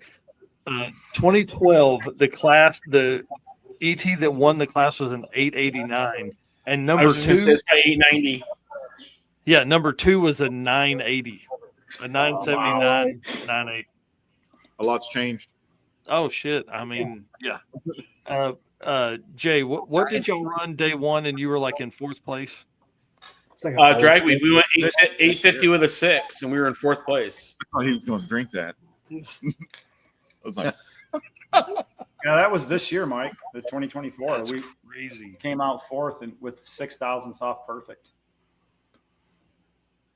That was like, Brian's like, well, I don't know what the hell else we got to do to like win something. Like, Yeah, I think that much then. Let's go the fastest. Is anybody else just watching Carl's TV? It's a great episode. there was some pretty good racing earlier. There was. Yeah. That was He's sick got week the Fu Manchu. earlier this year, day 5. Oh, okay. Nice. Yeah, it looks like 2014 is when it really kicked off and really got so 868 won race small block power adder in 14 with an 868 and an 887 for second. But John Wishman took second in 2014, so one at 2012, one at 2013, second in 2014 with an 887. And is he nitrous, Mike? Or no? I Or you're just going back to look to see. Yeah, I'd have to dig through pictures. That's probably the hardest part about when I'm looking at this stuff is like, unless I can find photos or under hood shots of their setup with them, I have no idea. Well, I went to my first drag week in 2016 just to spectate and kind of do some reconnaissance. And they used to do a crazy eights. I don't know if Carl would remember that. But the 850 guys on the final day, they would let the top 8 guys just run their cars wide open. And I remember guys going 7s on, back in 2016 in street race small block power adder. They'd take the top 8 guys and run them head to head on a ladder and just no holds barred. They'd kind of look away on the roll cage. Wow. And I think they did that for And all the rules guys got. They did it from 16 to 18 for sure. And those guys had 7-second capable cars 8 years ago now. Yeah. Dang. Yeah, it's been crazy for a while. Well, and like, you start looking at. Yeah, I was at Cordoba watching. Go ahead.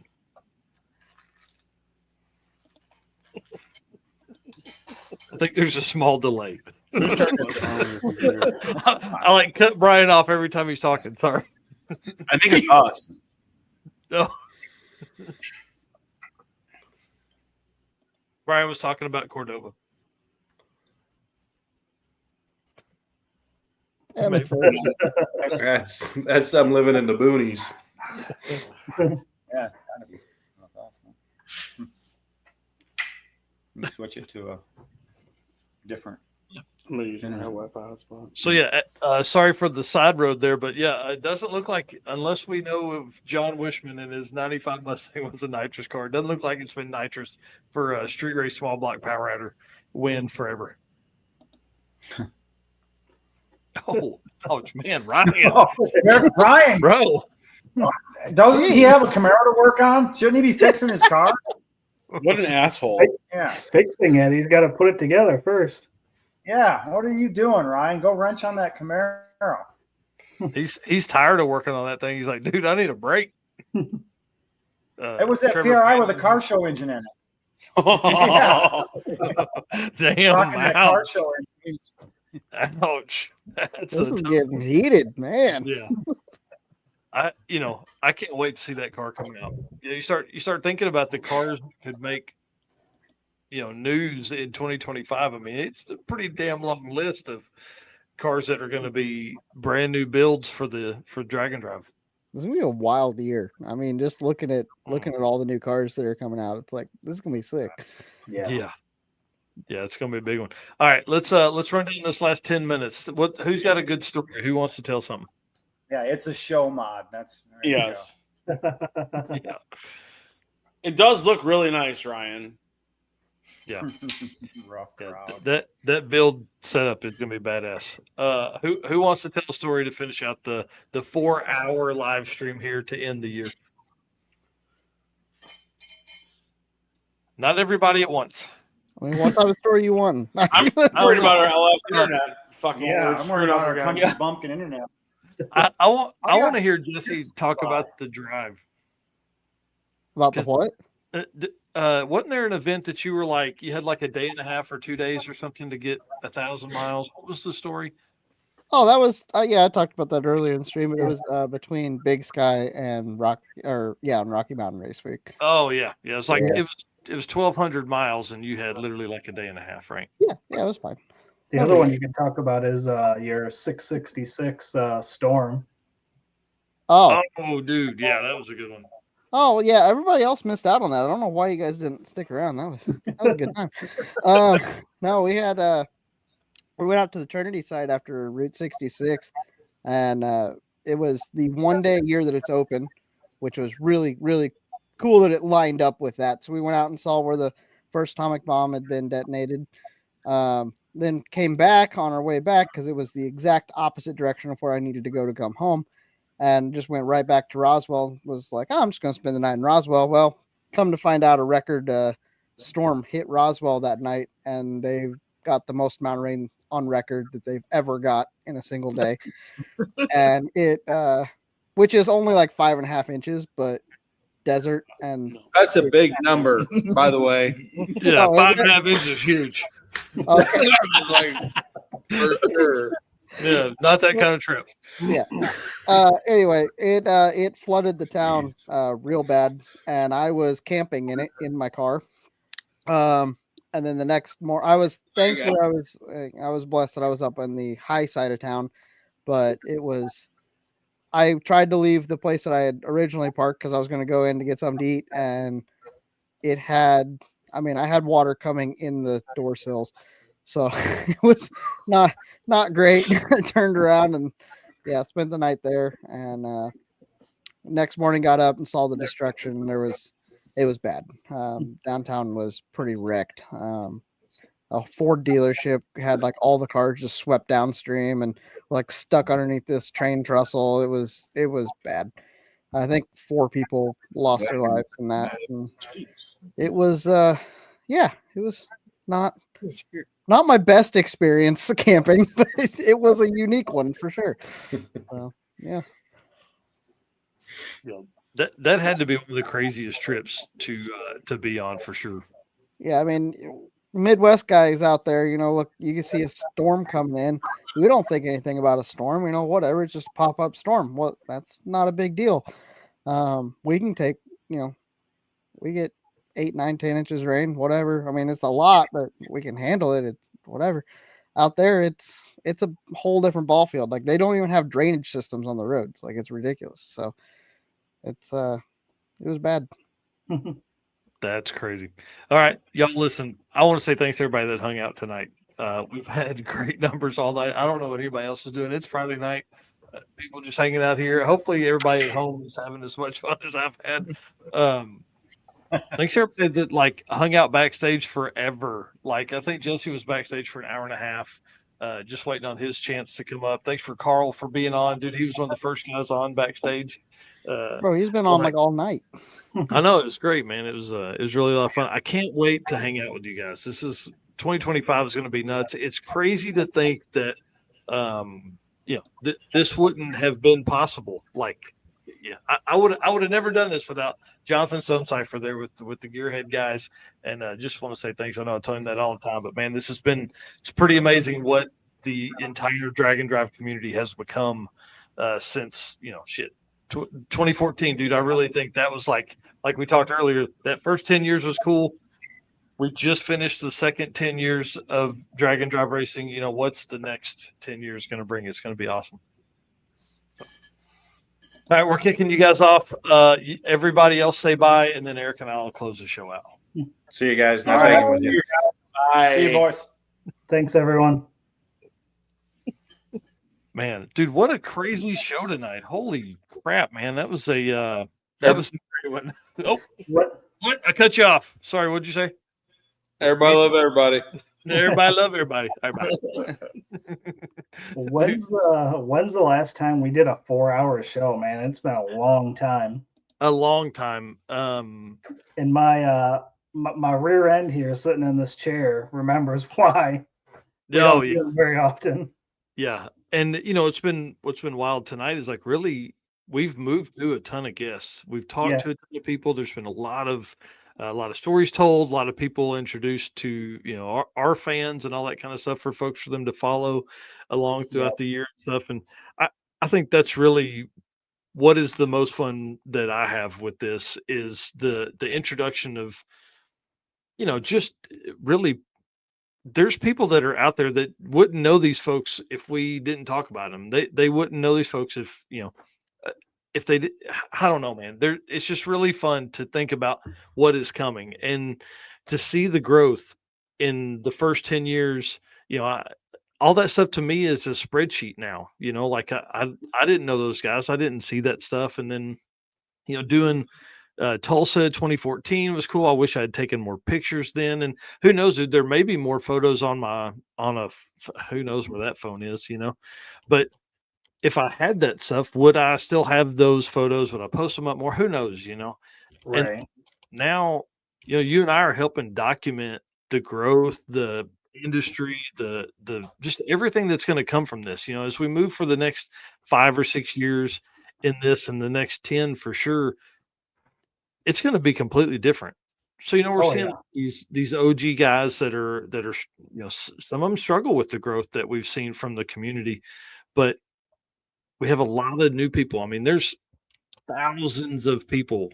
Like, think of 2014, there was literally 300 and something people in the drag and drive community that raced that year. This Right. year, just in national level events, there were 2,200, 2,400, something like that, 2,490 or something like that. Right. Like, think about that. 200 of them did more than one event. So Yeah. that number is almost the same amount as we had total back then. Yeah. So it's really pretty cool. And like I said when Jesse was on, everybody talks about saturation.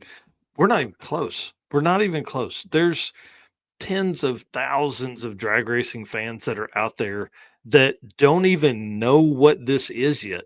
Right. Like, people haven't even experienced this yet. There's states that still have never had a drag and drive yet. Yeah. And I mean, as we put together our 2025 schedule and we look at stuff, new events are a big thing for us this year.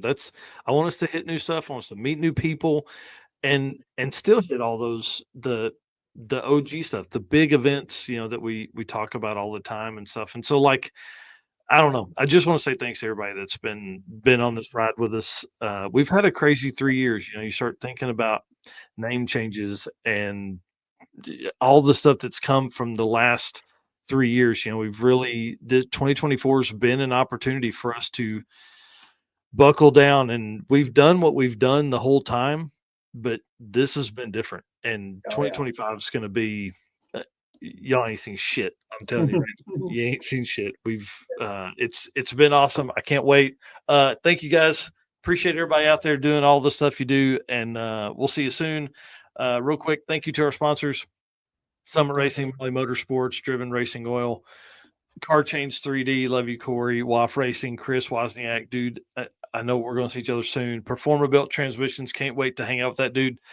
J-Wire Solutions is on tonight. Howard's Cams, Sweet Patina, Power Tube TV, Racing Junk Classifieds. Man, without those guys, we couldn't do this.